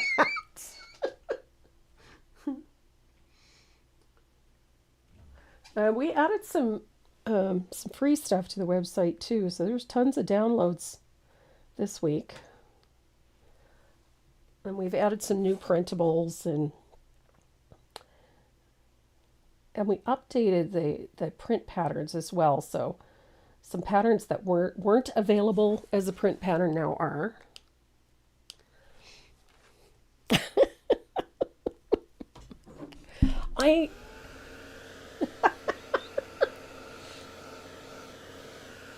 They're beautiful brushes. I was very fortunate. It's been quite a while now, but I was very fortunate that the owner, I got to meet the owner of Dynasty a number of years ago, and he was a lovely man. And the first time we met, he asked me what I liked in a brush, and I told him, and he said, I think I have just the brush for you. And Faux Squirrel was just being released, and he gave me a complete set of the Faux Squirrel brushes. And I just fell in love with them the very first time I ever used them. And they very rapidly became my favorite brushes. They're durable, they're soft, they hold a ton of water, they maintain a beautiful chisel edge. They're just a really great quality brush. And so I have been enamored with them since the first time I used them. So he's coming along swimmingly. So what was the next thing I was going to do? We have a face. We need a face. So I'm going to take a little bit, where's my round? There it is. I'm going to take a little bit of warm white.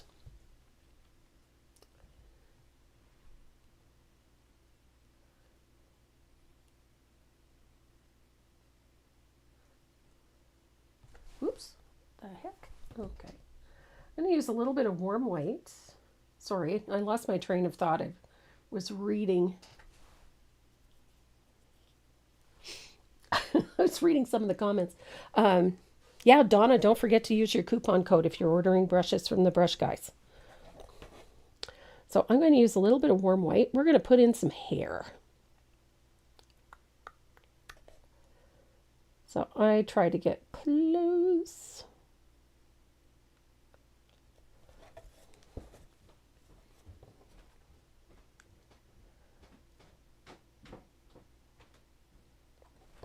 Choop, choop, choop. There.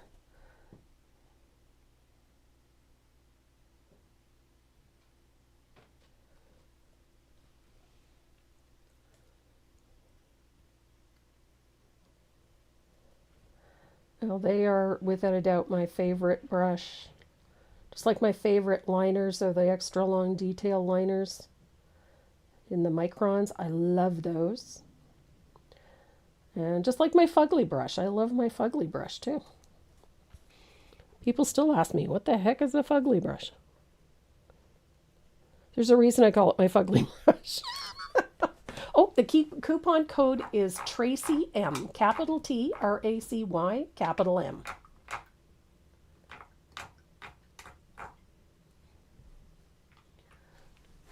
And they will give you a discount.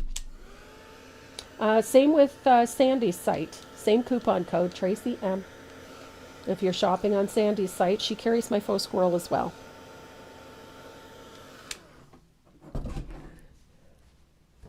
Hi, Beth. Nice, Becky. It's nice to know somebody's mail is moving. Ours should start moving in the next little while. Okay, so we've got A lovely face. Where's my face color? Oh, yes. Cotton candy. I love this color. Cotton candy is just an awesome. So I'm going to base coat the face and the hands with cotton candy. And I'm going to take that right out to the edge on that hair. I go right over everything on the face. Judy, this is the last of the Nutcrackers. I promise. Well, the last of this series. Never say never.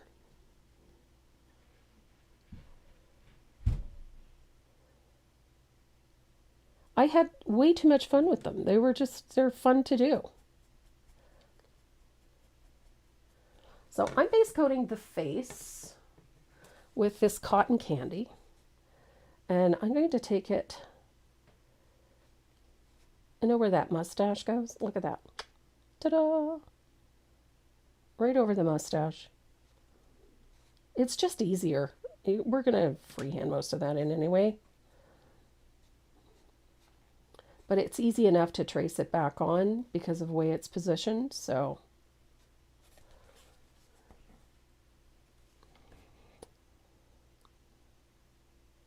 now I know some people really don't like the teeth on Nutcrackers. Am I sure? I'm never sure. Eileen, why are you sad, my dear? That there's not going to be any Nutcrackers? Well, I shouldn't say this is the last of this series. Let's put it that way. I am working on another Nutcracker, but I don't know that I would teach it. Simply because it's big. It's very big. But we shall see. Never say never. Remember? How can they crack any nuts? Oh, they still have teeth. You just wouldn't see them.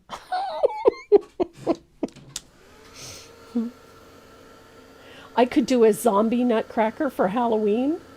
Oh my God.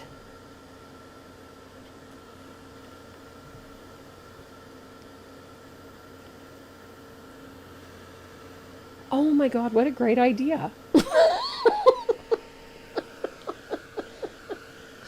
A zombie Nutcracker. I haven't... A zombie Nutcracker. Oh my gosh. Well, that would be fun, I think. You guys have created big, like door leaner big. Yeah, big, like door leaner big.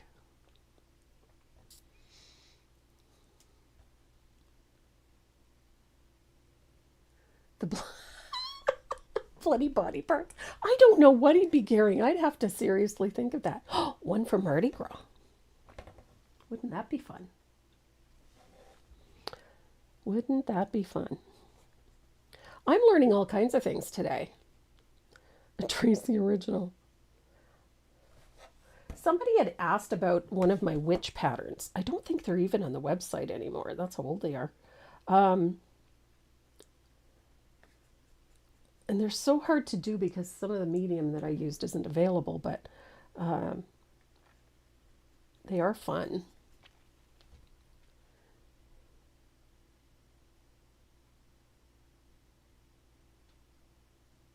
Cute.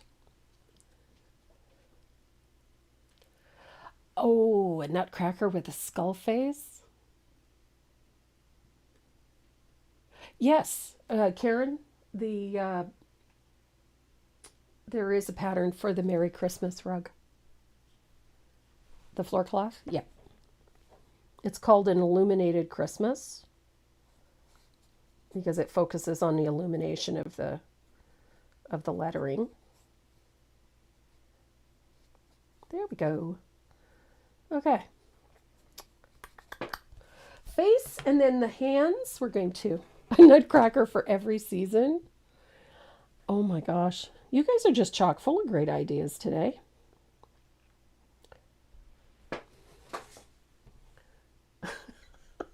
A nutcracker for every season, and then some.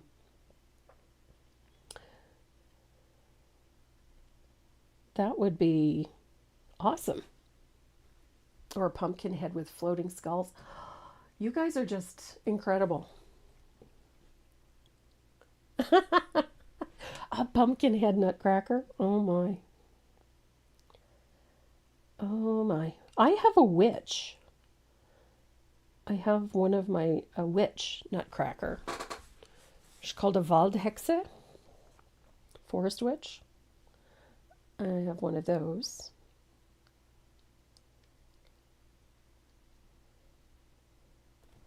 I think that would be cool. I'll have to think on that now.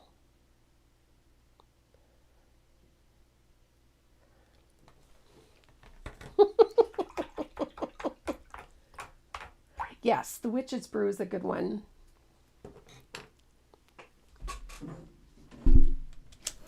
4th of July, that would be cute too. Like a,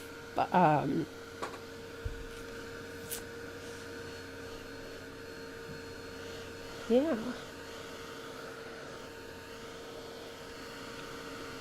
4th of July one would be cute. 1st of July one would be cute. So, hands and face. There we are. Okay. Oh, please, a zombie nutcracker and one with a skull face would be perfect. Okay, well, you guys have got my brain going again. Okay, so Judy Thacker, I may not be done with this, with the Nutcracker series. These guys are terrible. Instigating things. So, the face. The face, the face, the face. I'm going to need a little bit of country red. I need this brush to be almost dry.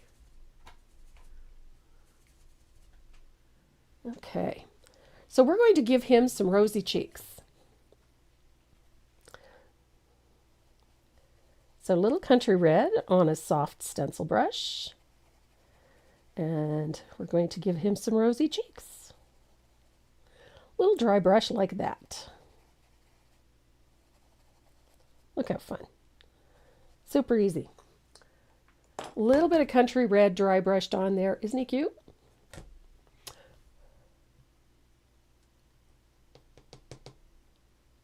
A zombie Bob Nutcracker. Oh my God. You guys are crazy. I love it. A penguin nutcracker. Oh, I bet that's cool. I have a lot of traditional ones in different things. In Germany, you'll see the post carrier and, a lot of really cute traditional ones. But I have a few that are really unusual. So we're going to shade his head with a little bit of thinned asphaltum.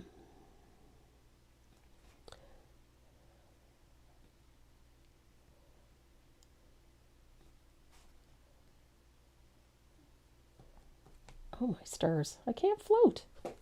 What's wrong with me? Here it is. Okay, no.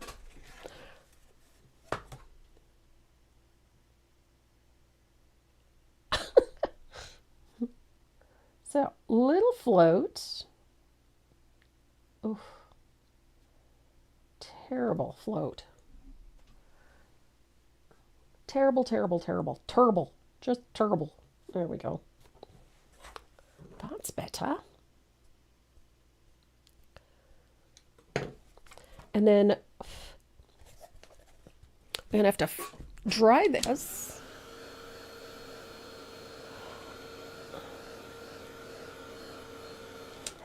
And then float underneath the brim of the hat. Nice soft float of asphaltum. Apparently I can't float today, so I'm going to have to use my mop. Hi, Vicky. Good to have you with us. Here we go. And we're going to also shade the hands with a float of asphaltum as well. This one could be a little stronger. Oh, yes, absolutely. Dominic and I, as I said, we've been collecting them since she was really small.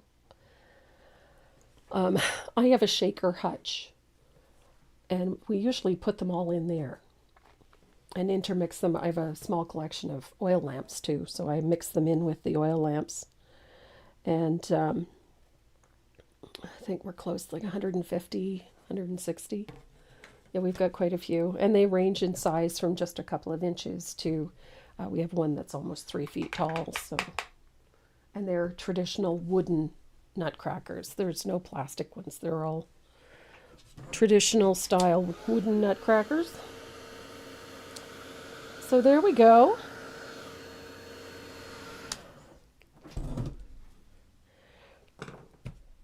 So this part's really easy. Now his nose is just a triangle, like so.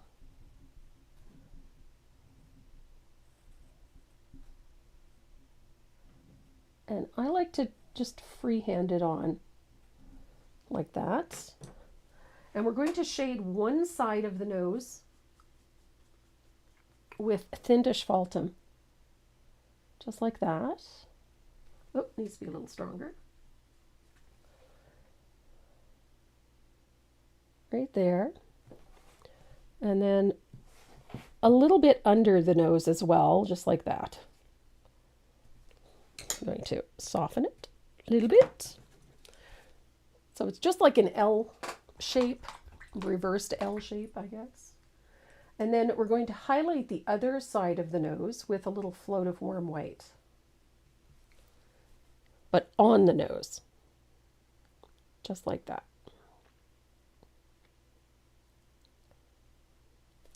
So there is our nose. It just gives it a little elevation and a little dimension.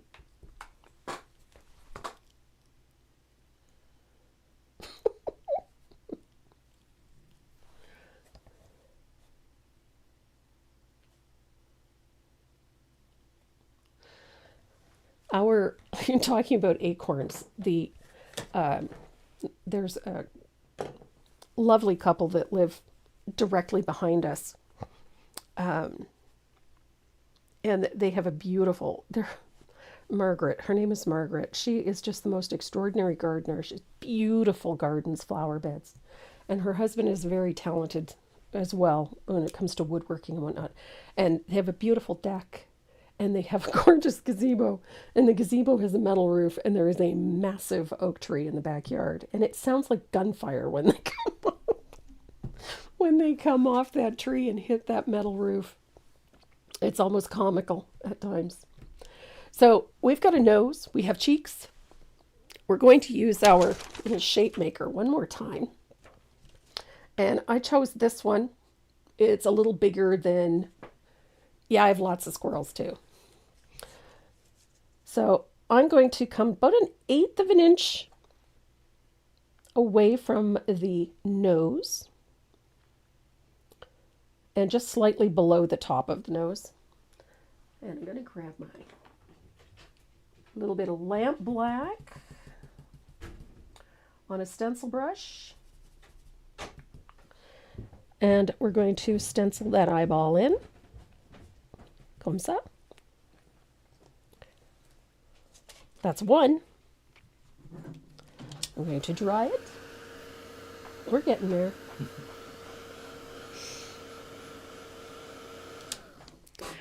And then I'm going to do the same thing on the other side. Just want to make sure that I'm the same distance away. And level. So God forbid I mess it up. I'm probably going to mess it up. What do you want to bet?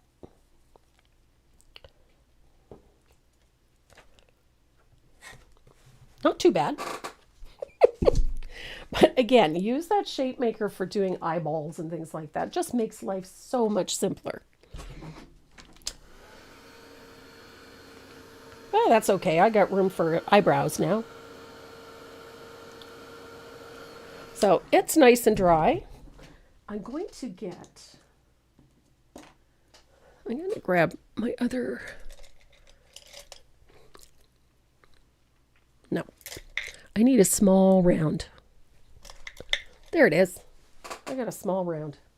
Little teeny tiny one. I am using a 0 round and a little bit of warm white. And we're going to use a comma stroke to put in an eyebrow. There we go.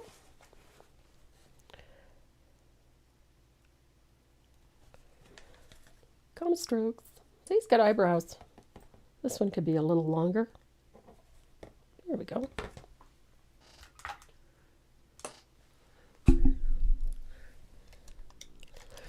And I'm going to use a liner brush and a little bit of thinned lamp black.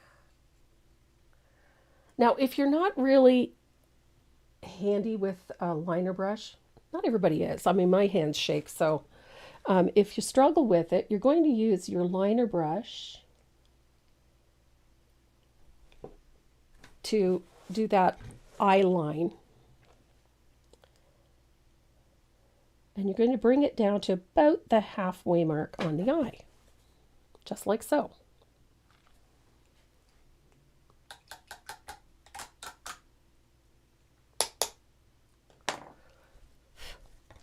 Now that 3/8 angle,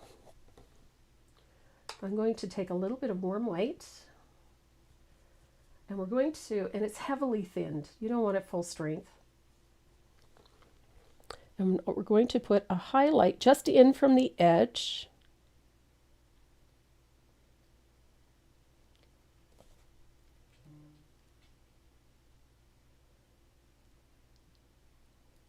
Like so. On the eyeball, just in from the edge. And then I'm going to take that little round or a rigger, and I'm going to put a dot of warm white just on that highlight. So there we have eyeballs. And then while you have that little liner out, we're going to put a highlight on the cheek right about there.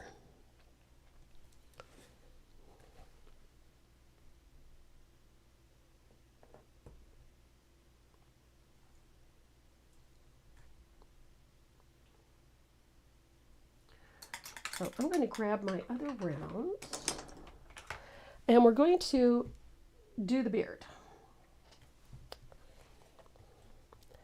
So warm white,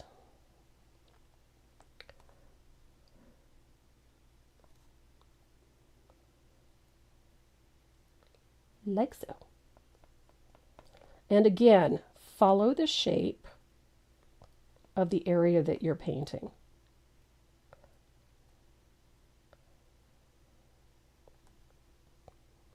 And if you get texture, that's okay. It ends up working in your favor in the end anyway. So there's his beard. And now we're going to create a mustache. Now, I have a chalk pencil that I love to use. And the reason I love to use it is because it's water soluble and it just wipes off. So I'm going to put my, oh my goodness. What do you want to bet? It's finally run out? Did it? No. Oh God. I guess that's out of the question. It needs to be refilled. Where did my pencil go? There we go. You probably wouldn't be able to see it anyway. Okay, so I'm going to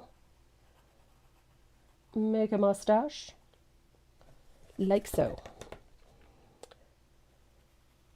Now the fun part of this is you can make your mustache as big as you want. If you want him to have a great big honkin'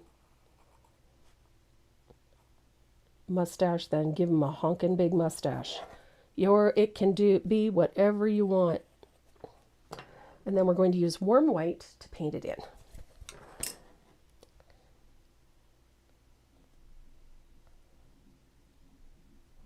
And yes, you can come down and overlap with that beard. It's fine. Now, I paint in the body of it. I don't worry about the little curly Q because I'll do that with a liner brush so that I have a really nice little curly Q at the end of his moustache.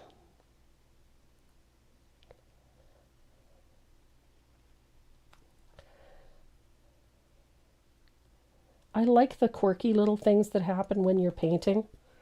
You know, they're not necessarily perfect, but they work.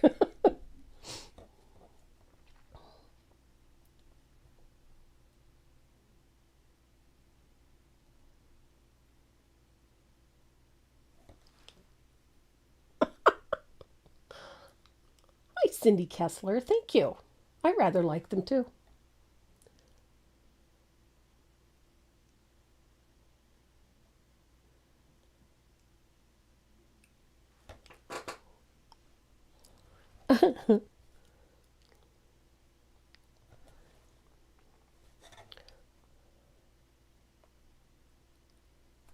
Here we go.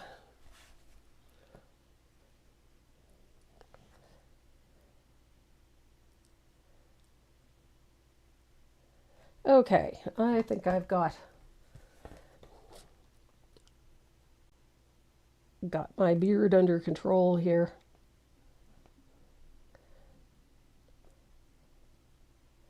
Now you could paint him without teeth if you wanted to. If you don't really like them, then you know, you do you. So this little guy. So his beard and mustache are done. I'm going to, I think this is about one of the only colors that I haven't used everywhere. And it's this Bahama blue. I love Bahama blue. So as you can see, the only color that is not on this palette is the deep midnight blue that we use for the background. This is all of the colors that we've used on this piece. It's not a lot of colors. So we're going to take a float of Bahama blue. I love Bahama blue. Little photo of Bahama blue. And we're going to shade the hair right up against the face. Like that. I love Bahama blue for shading with whites. And I didn't want this to look exactly like the uniform, so I changed to a different blue because in the end it's going to give us a different look. So little Bahama blue to shade the hair. And I'm going to shade underneath the mustache. And down the sides a little bit. Like that. So I'm going to bring that Bahama blue down the beard almost halfway. And then I'm going to shade the moustache along the bottom. Like so. And the same here. I love this part. So there is our beard. Oh, it doesn't show up very well on camera. So float underneath the mustache and along the bottom of the mustache on both sides. Just like so with Bahama blue.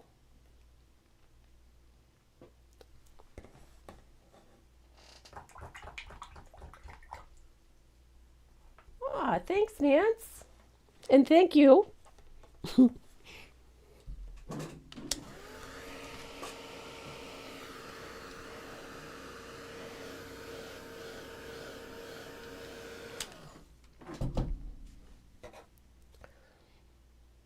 So once you have that shading in and it's completely dry, you're going to take a little bit of thinned asphaltum.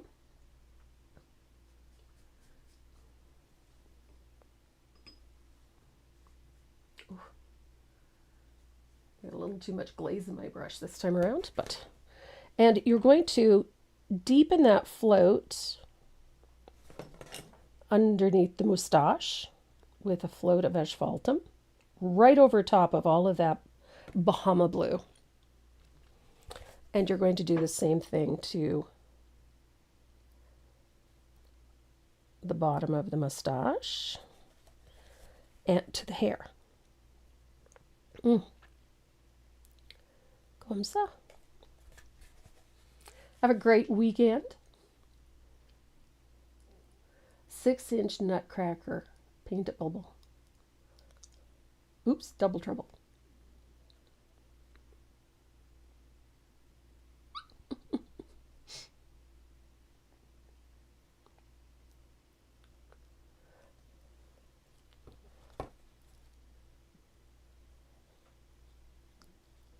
So there we go. Ta-da! So that's where your liner brush comes in. You need a good liner brush. You're going to pick up warm white. I want it thinned quite well, because you're going to be doing some very fine lines with this part. So I'm going to dry that really well. And then we're going to start putting in a whole bunch of fine hairs. And some nifty little curlicues on this mustache.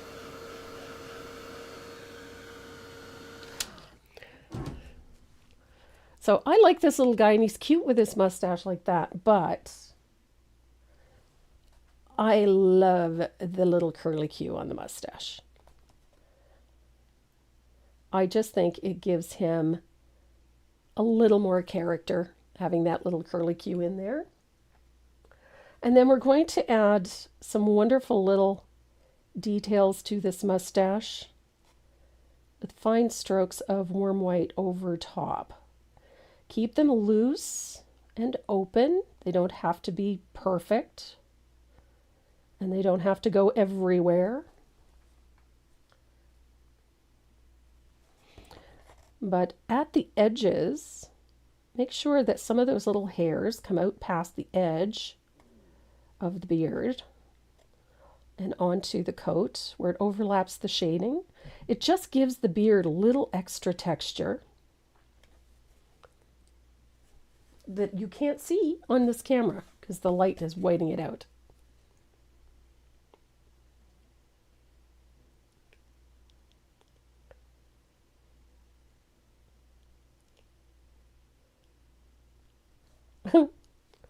And we're going to do the same thing to the hair on the head. So nice little strokes coming out past the edge of that base coat, and it'll give your hair a wispy look.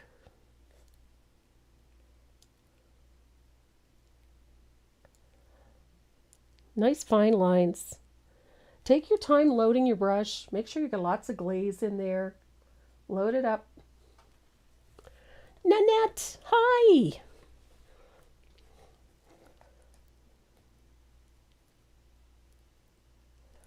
Nanette, I still have the pieces that you gave me.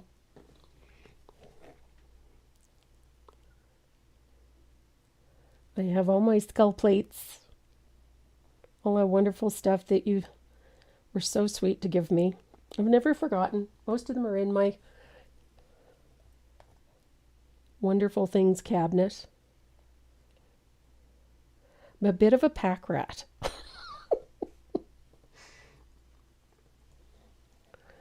My neat stuff cabinet, as Deb calls it.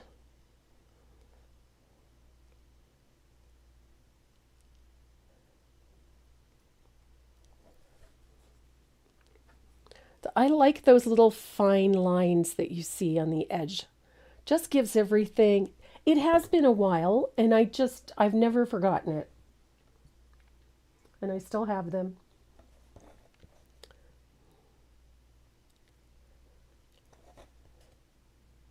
I keep everything. I have quite a collection of little skulls and whatnot. Some of them are in my neat stuff cabinet, and others are in, on my shelf in my studio. But I keep all that stuff. I love it.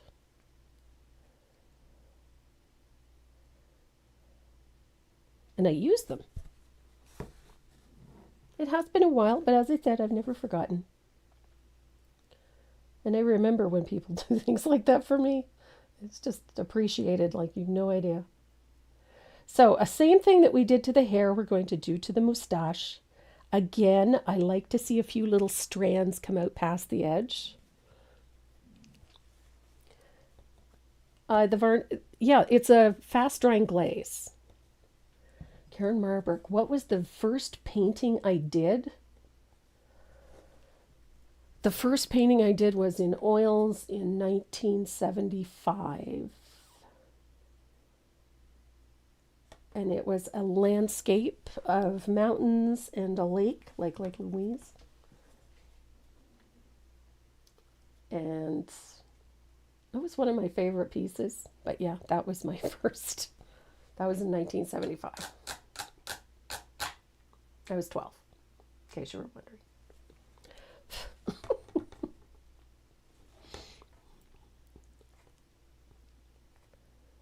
Here we go.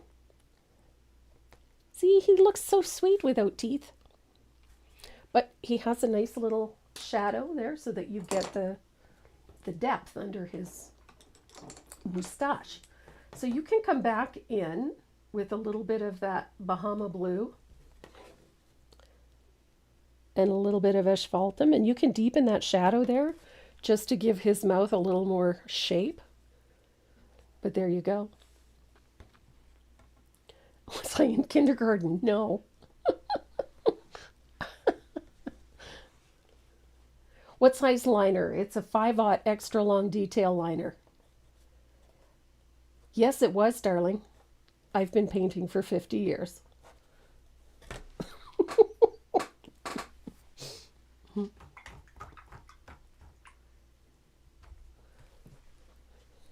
In 1975, my parents gave me private art lessons as a birthday gift and paid $20 a week in 1975 for me to take classes, which was horrendous in 1975. So a couple of little details that I need to tweak, which means we're going to use that liner again. So I'm going to come back in on the epaulets up here with a liner, and we're just going to stroke in some tassel, I guess, with some fine liner at the top of the sleeves. So I'm using Baby Duck.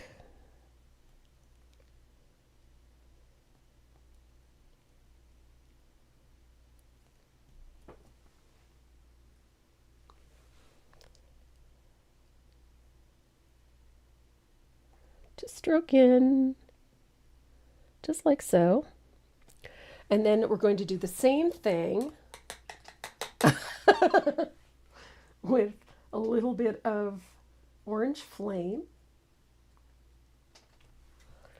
We're going to come in and I just alternate through. Just throw a little bit of that in there. Look at that. So he's got tassels on his epaulette. I have been drawing for longer. Deborah would know.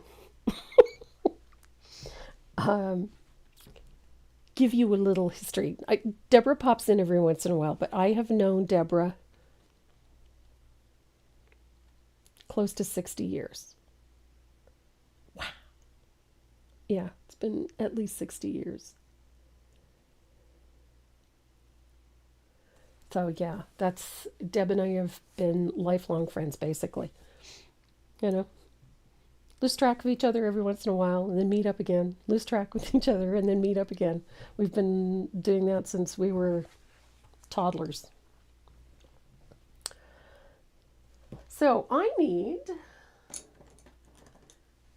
my rigger and a little bit of lamp black. We need to put buttons on our sleeves, like so. I just use a dot black paint. You can add a highlight to it if you want to, but it's tiny little detail. So I'm going to dry that, and then I'm going to set it aside for a moment.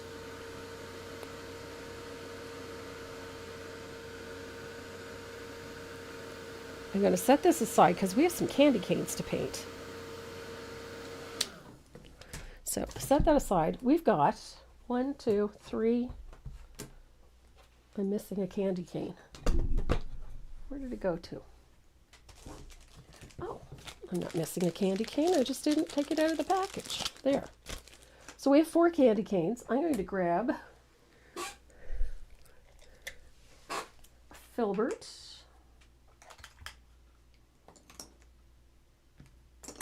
There. And I'm going to grab some warm white.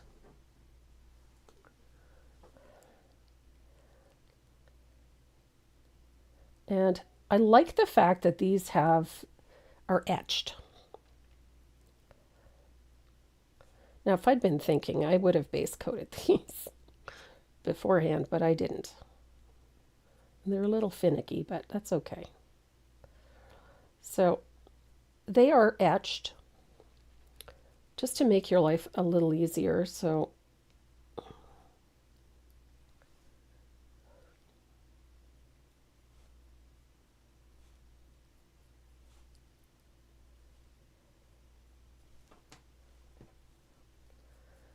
it makes it easy to paint them. Da-da-da.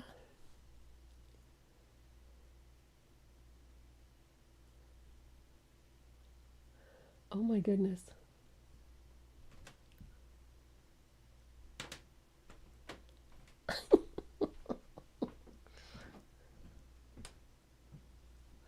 Yeah, Deborah and I have known each other since we were wee. Our parents, our fathers were in the military together. And then we lived in the same area, went to the same schools. So we've known each other a very long time.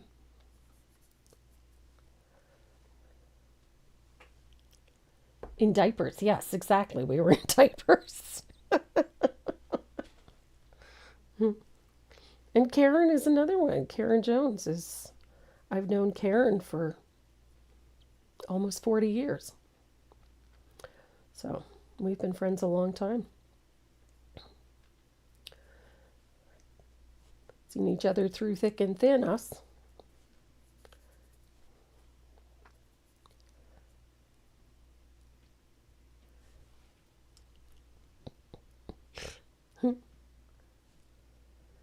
Denise, draw. Absolutely draw.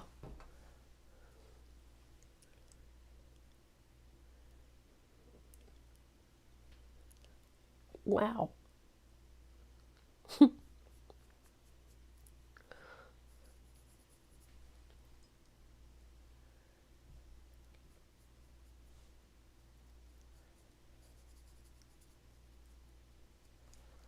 Ta-da. You know, well, my best friend and I have been friends I have a number of best friends. I don't have a lot of friends, but I have great friends. And Karen is like a sister. So there we go. We've got white candy canes. These are super easy to paint because of that little groove that's been painted into them.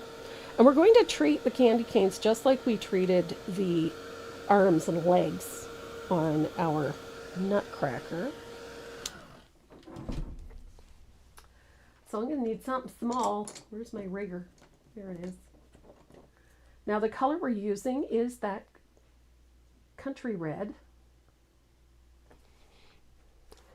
And these are fun to do. Oh, I have at least 4. I have you and Karen and Deb and Deborah. I have a lot of friends. I have great friends. I'm selective.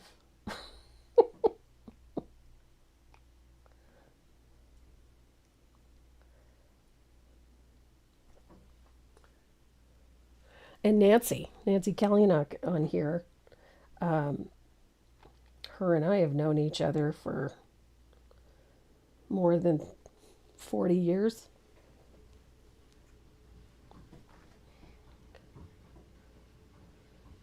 Nancy Kalinuk and I went to school together, high school.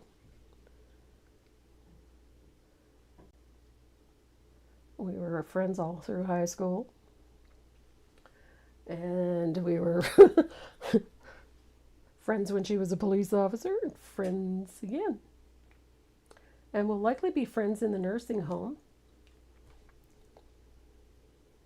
that our children will most likely put us in. If for no other reason than just to get a little peace. Don't reveal secrets. No, no, no, no. What happens in Germany stays in Germany. Now, these are etched even on the sides, so you can carry the stripes all the way around.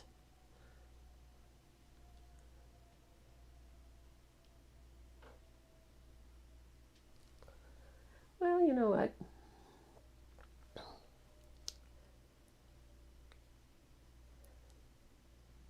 We moved around so much, it's very easy to lose touch with people when you move constantly because life gets busy and life changes.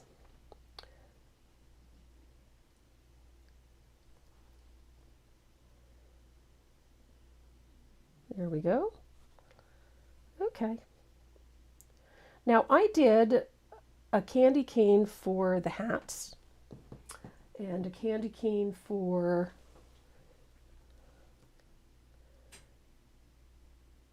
candy canes, I should say, for the garland.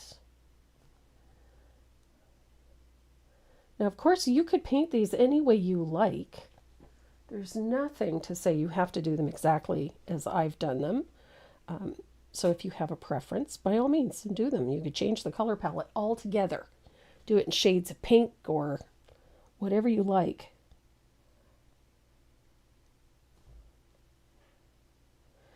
Half the fun in painting is changing things up to suit yourself, right? For me, it is. Even when I was painting from books, there was always designers that I had a preference for, and it was mainly because I liked learning things from them. Yeah, somehow we always seem to end up in the same place.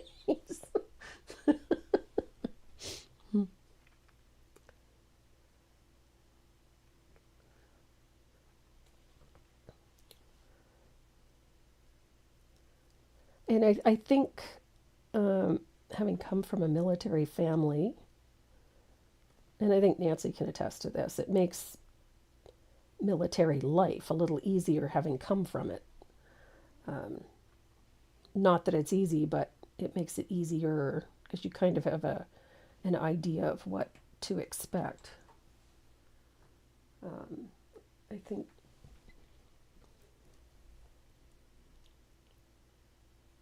yeah, 6 degrees of separation. Yeah, I agree.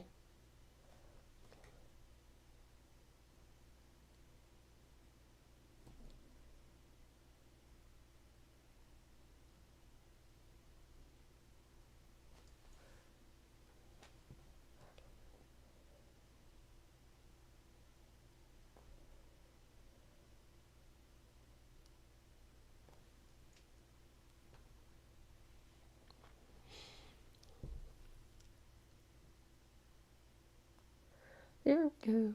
Almost done. My hands are shaking. There we go. Not my best paint job today, I'll tell you that. There we go. Little persnickety. I don't have my tweezers with me. I have this really neat set of tweezers that came with my Cricut. And really handy. A dandelion series? Dandelions. Whew.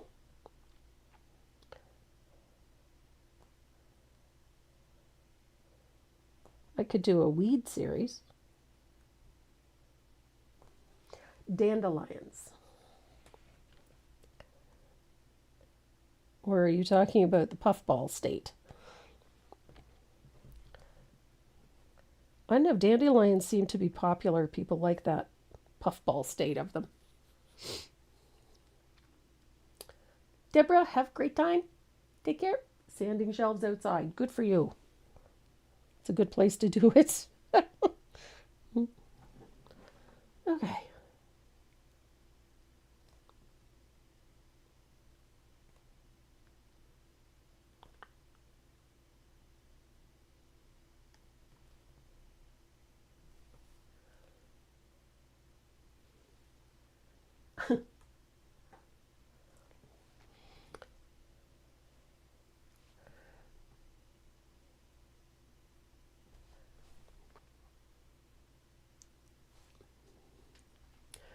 Your hubby, Denise, your hubby was in the Marine Corps. Wow. Oh my God, that's right too. Dandelion that was a new one to me. I'd never heard that. I've been a brat my whole life.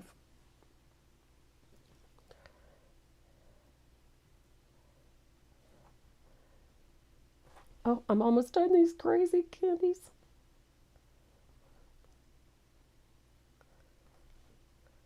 I just love these. I just think they're cool. Okay, I gotta dry these little buggers. These ones took a little time. No. No, it's just we have a tendency to crop up everywhere and in large numbers. Okay, so I've got my base color on there. We're going to shade these with a little float of Prussian blue, just like we did with the arms and legs. So I'm going to float up the back side of the candy cane with some Prussian blue. And the back side of that little crook. I know it's hard to see. I'm so sorry. There we go. These are little things, I'm telling you. So Prussian blue on the back side of the candy cane. Pardon me. And hiccups. And then don't forget on that back side of that little crook gets it as well.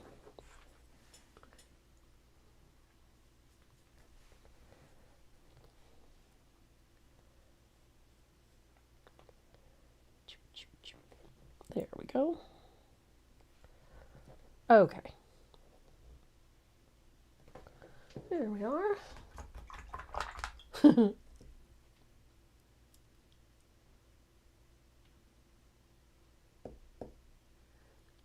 Pat Jones, you can watch the replay if you're on Facebook on Tracy Morrow Live. You can see the replay there for a period of time. They do come down after a while. Or you can go to my YouTube channel at Tracy Morrow Design on YouTube and click on lives. You'll be able to see them all. We have more than 300 videos on there. So, okay, so we've got candy canes. So now I'm going to take a little highlight, a little bit of warm white. Whoops. Pretty much the same way on the inside. There and there. Thinned warm white. It's going to give you a nice little highlight. Down there. There we go.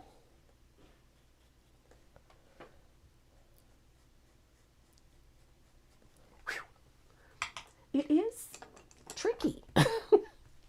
So I'm going to thin a little warm white and a liner. And I'm going to put just a little stroke of warm white on the crook and just in from the edge going down the center. Just to the left of the center, I guess. Whoops.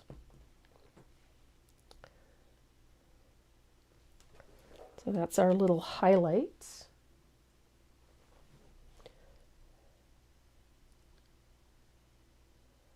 There we are. Not quite dead center. But you want this to look kind of slick, so you need that little, light impact point on the candy cane. Oh, and that one's a little too bright. There we go. Okay. So we have candy canes. I do actually. I have one for, there is a floating guide, a shading and highlight guide on there. On my website, you can find that in the educational information section on the website. We do have that. I very often use colors that are a little unusual. Some people wouldn't use them, but so we're coming back to our little guy here, and I realized something that I missed. I painted the belt buckle in. I didn't give it a second coat.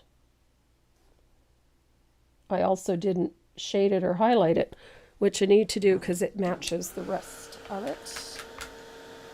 I love this one. I think it's the polka dots that do it for me. I love the whoops too. I think it's the polka dots that do it for me.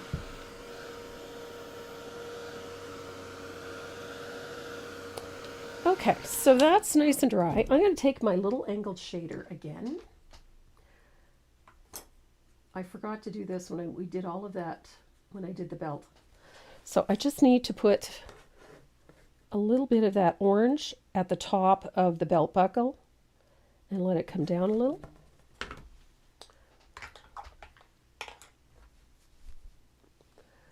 And I'm going to take my liner and a little bit of warm white. I need to put a little highlight at the bottom of the buckle there. So we're going to use that baby duck and our liner. We're going to create the string for the garland. Yeah, I forgot the highlight on the top of his hat too. I will do it. So I'm going to use my liner. I needed to thin this paint out a little bit.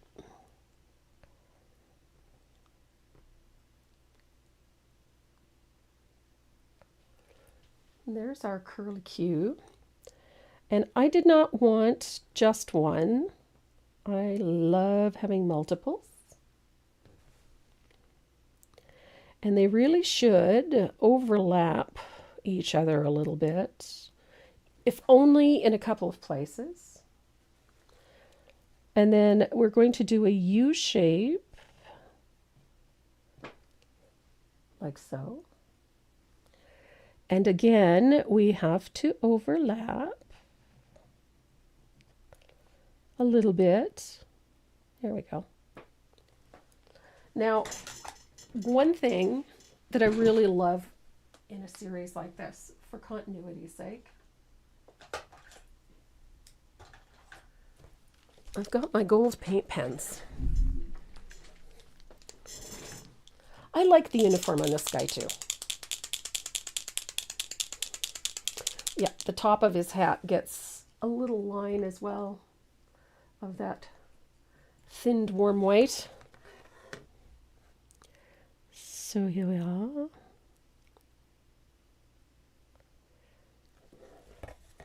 It's just a little highlight just to bring out the edge of the hat a little bit. And then I've got this gold gel pen. Ooh. And I like to just add a third line using just the metallic. I just like the mixture of it in there. It just adds a little sparkle to that garland.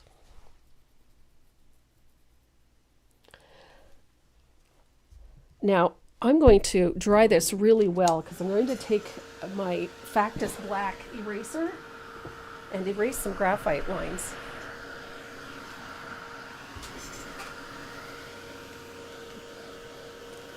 Because the graphite lines really annoy me. And they do take away from it a little bit. Just make sure nothing is still wet. We'll get rid of some graphite. I love these Factus Black erasers for a couple of reasons. One, they get rid of graphite fairly easily. And two, they don't mar dark paints. Have you ever, and they don't polish the dark paints, so you don't get shiny spots when you erase anything with these, which is huge to me. That just drives me bananas. There's nothing worse than finishing a piece and seeing a shiny spot where you polished it because of the graphite. So, look at that. We made all the graphite go bye-bye. There we are. Okay. Oh my goodness, now I got eraser bits everywhere. So the first one we're going to do is the one for the hat. I'm going to use a little bit of craft glue. Now, how you arrange this is up to you. But I'm kind of fond of having him like this, at a bit of an angle. And I don't want these straight up and down. I just think straight up and down is boring.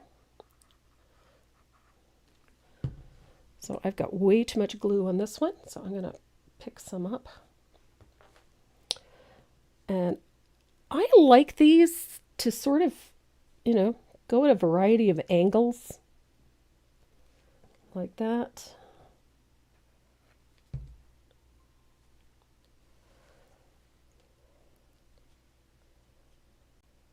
Like so.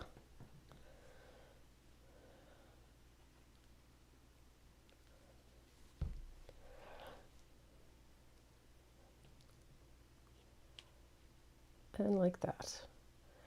So, you've got a garland of candy canes, or a garland of mints, or a garland of snowflakes. I mean, you could embellish this any way you wanted to. If you wanted to add a snowflake in between each candy cane, you could. You could do whatever your heart desires as far as the embellishments are concerned. You can do whatever you want. So I'm looking at my little guy thinking, we only have a few more little things to do to get this all set.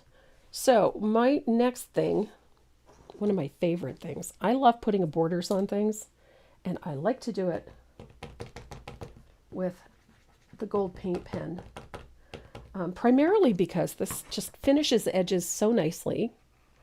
And if you tip the marker towards the surface, the front of the surface, you put a nice little border all the way around the outside edge very easily, just like that. Just finishes things really nicely, but it also adds a little extra to your piece. So I'm going to dry that, and then we're going to add a little bit of snow. Kathy Huff, Factus Black erasers, you can get them at Michael's. You can get them at Hobby Lobby. Most stationery stores and art supply stores will carry them. They are absolutely fantastic. Get them from General Pencil.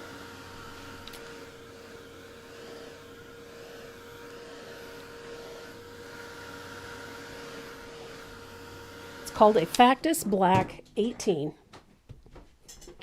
If you are you're looking for an alternative, if you can't find the Factus Black, you can tell I use mine a lot. That's what it looks like. These also work beautifully, which is the Tombow Mono Black Eraser. Works just as well. They're fantastic. Okay, so we've got all the little details in there, so we're just going to do a little tweaking to this. What kind of gold paint? The paint pen? It's just a chisel tip. Any one of the gold metallic paint pens will work just fine. And the brand of the gold marker, this one is Let's Resin, the chrome marker. I got these off of Amazon.ca. They're fantastic. I love them. So we've got just a couple more things to do and we will be done. So let's grab a fugly brush and a little bit of warm white. Thin it out. Renee is getting the wheel ready. I'm going to lightly spatter this with some warm white, you know, snowflakes, like so. And then rinse out your brush. You're so welcome. Norma, you are so welcome. And then we're going to add some icicles to the top. And I've got a little bit of warm white in my brush. And I'm going to start at the edge and just pull down like this. And it's just a flick.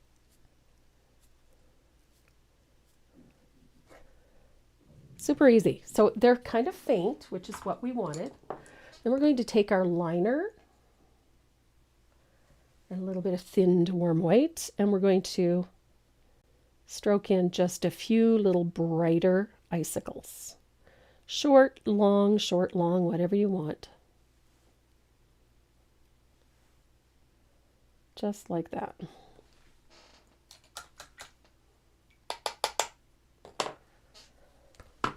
Now I'm going to dry that, and then we're going to talk about the stand. Renee, can you reach into that box and hand me a mini stand? Please and thank you. Thank you.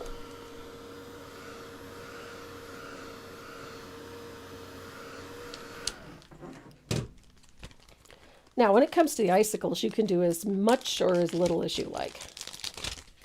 So I'm going to, it's still wet.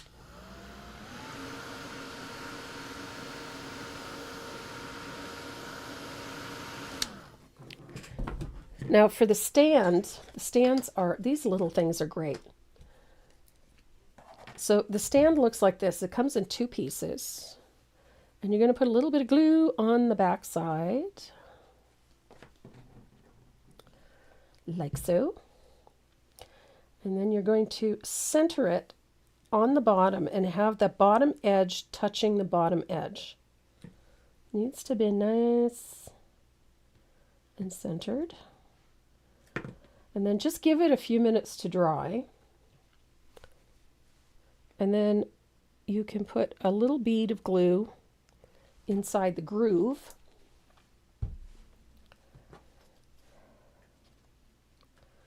And then put the wedge inside the groove. And then just let it sit to dry for a few minutes. If you've got a good craft glue, it won't take very long for it to dry. So I'll set that aside for a second. But what you end up with is this. You get this great little stand. And so they can stand up quite stably, and they're so easy. Love the look of it. And it makes for a great little series. You can pop them up wherever you want. Absolutely love this series. It's been so much fun to do them. You ready? I think so. Renee's got the wheel ready.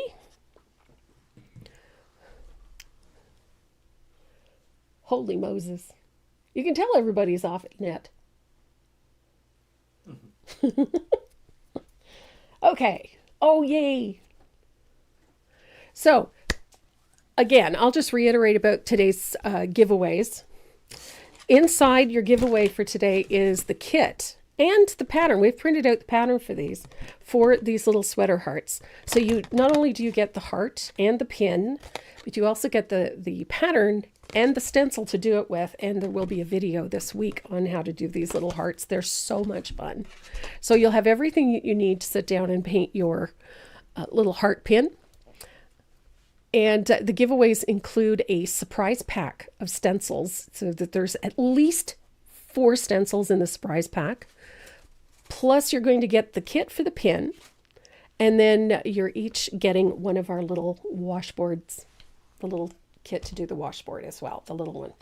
So, with a little bit of luck, plus there's some other goodies in there as well. So Renee has got the wheel all set up. Yes, ma'am. You ready to go? Let's pick the first name.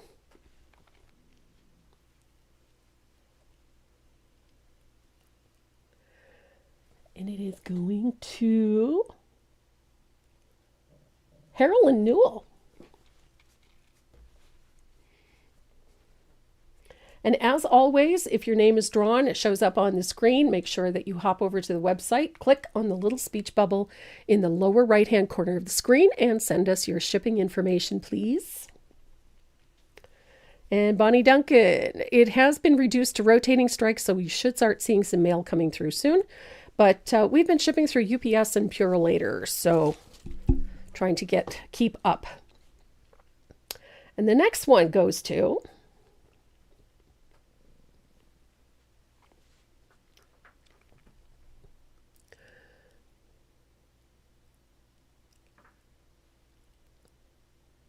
Judy Carroll.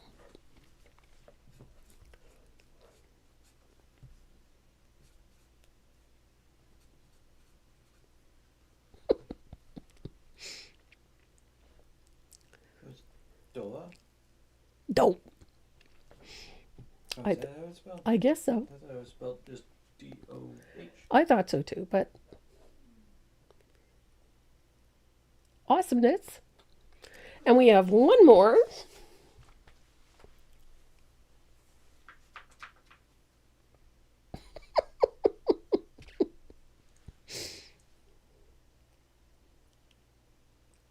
Robin McComb.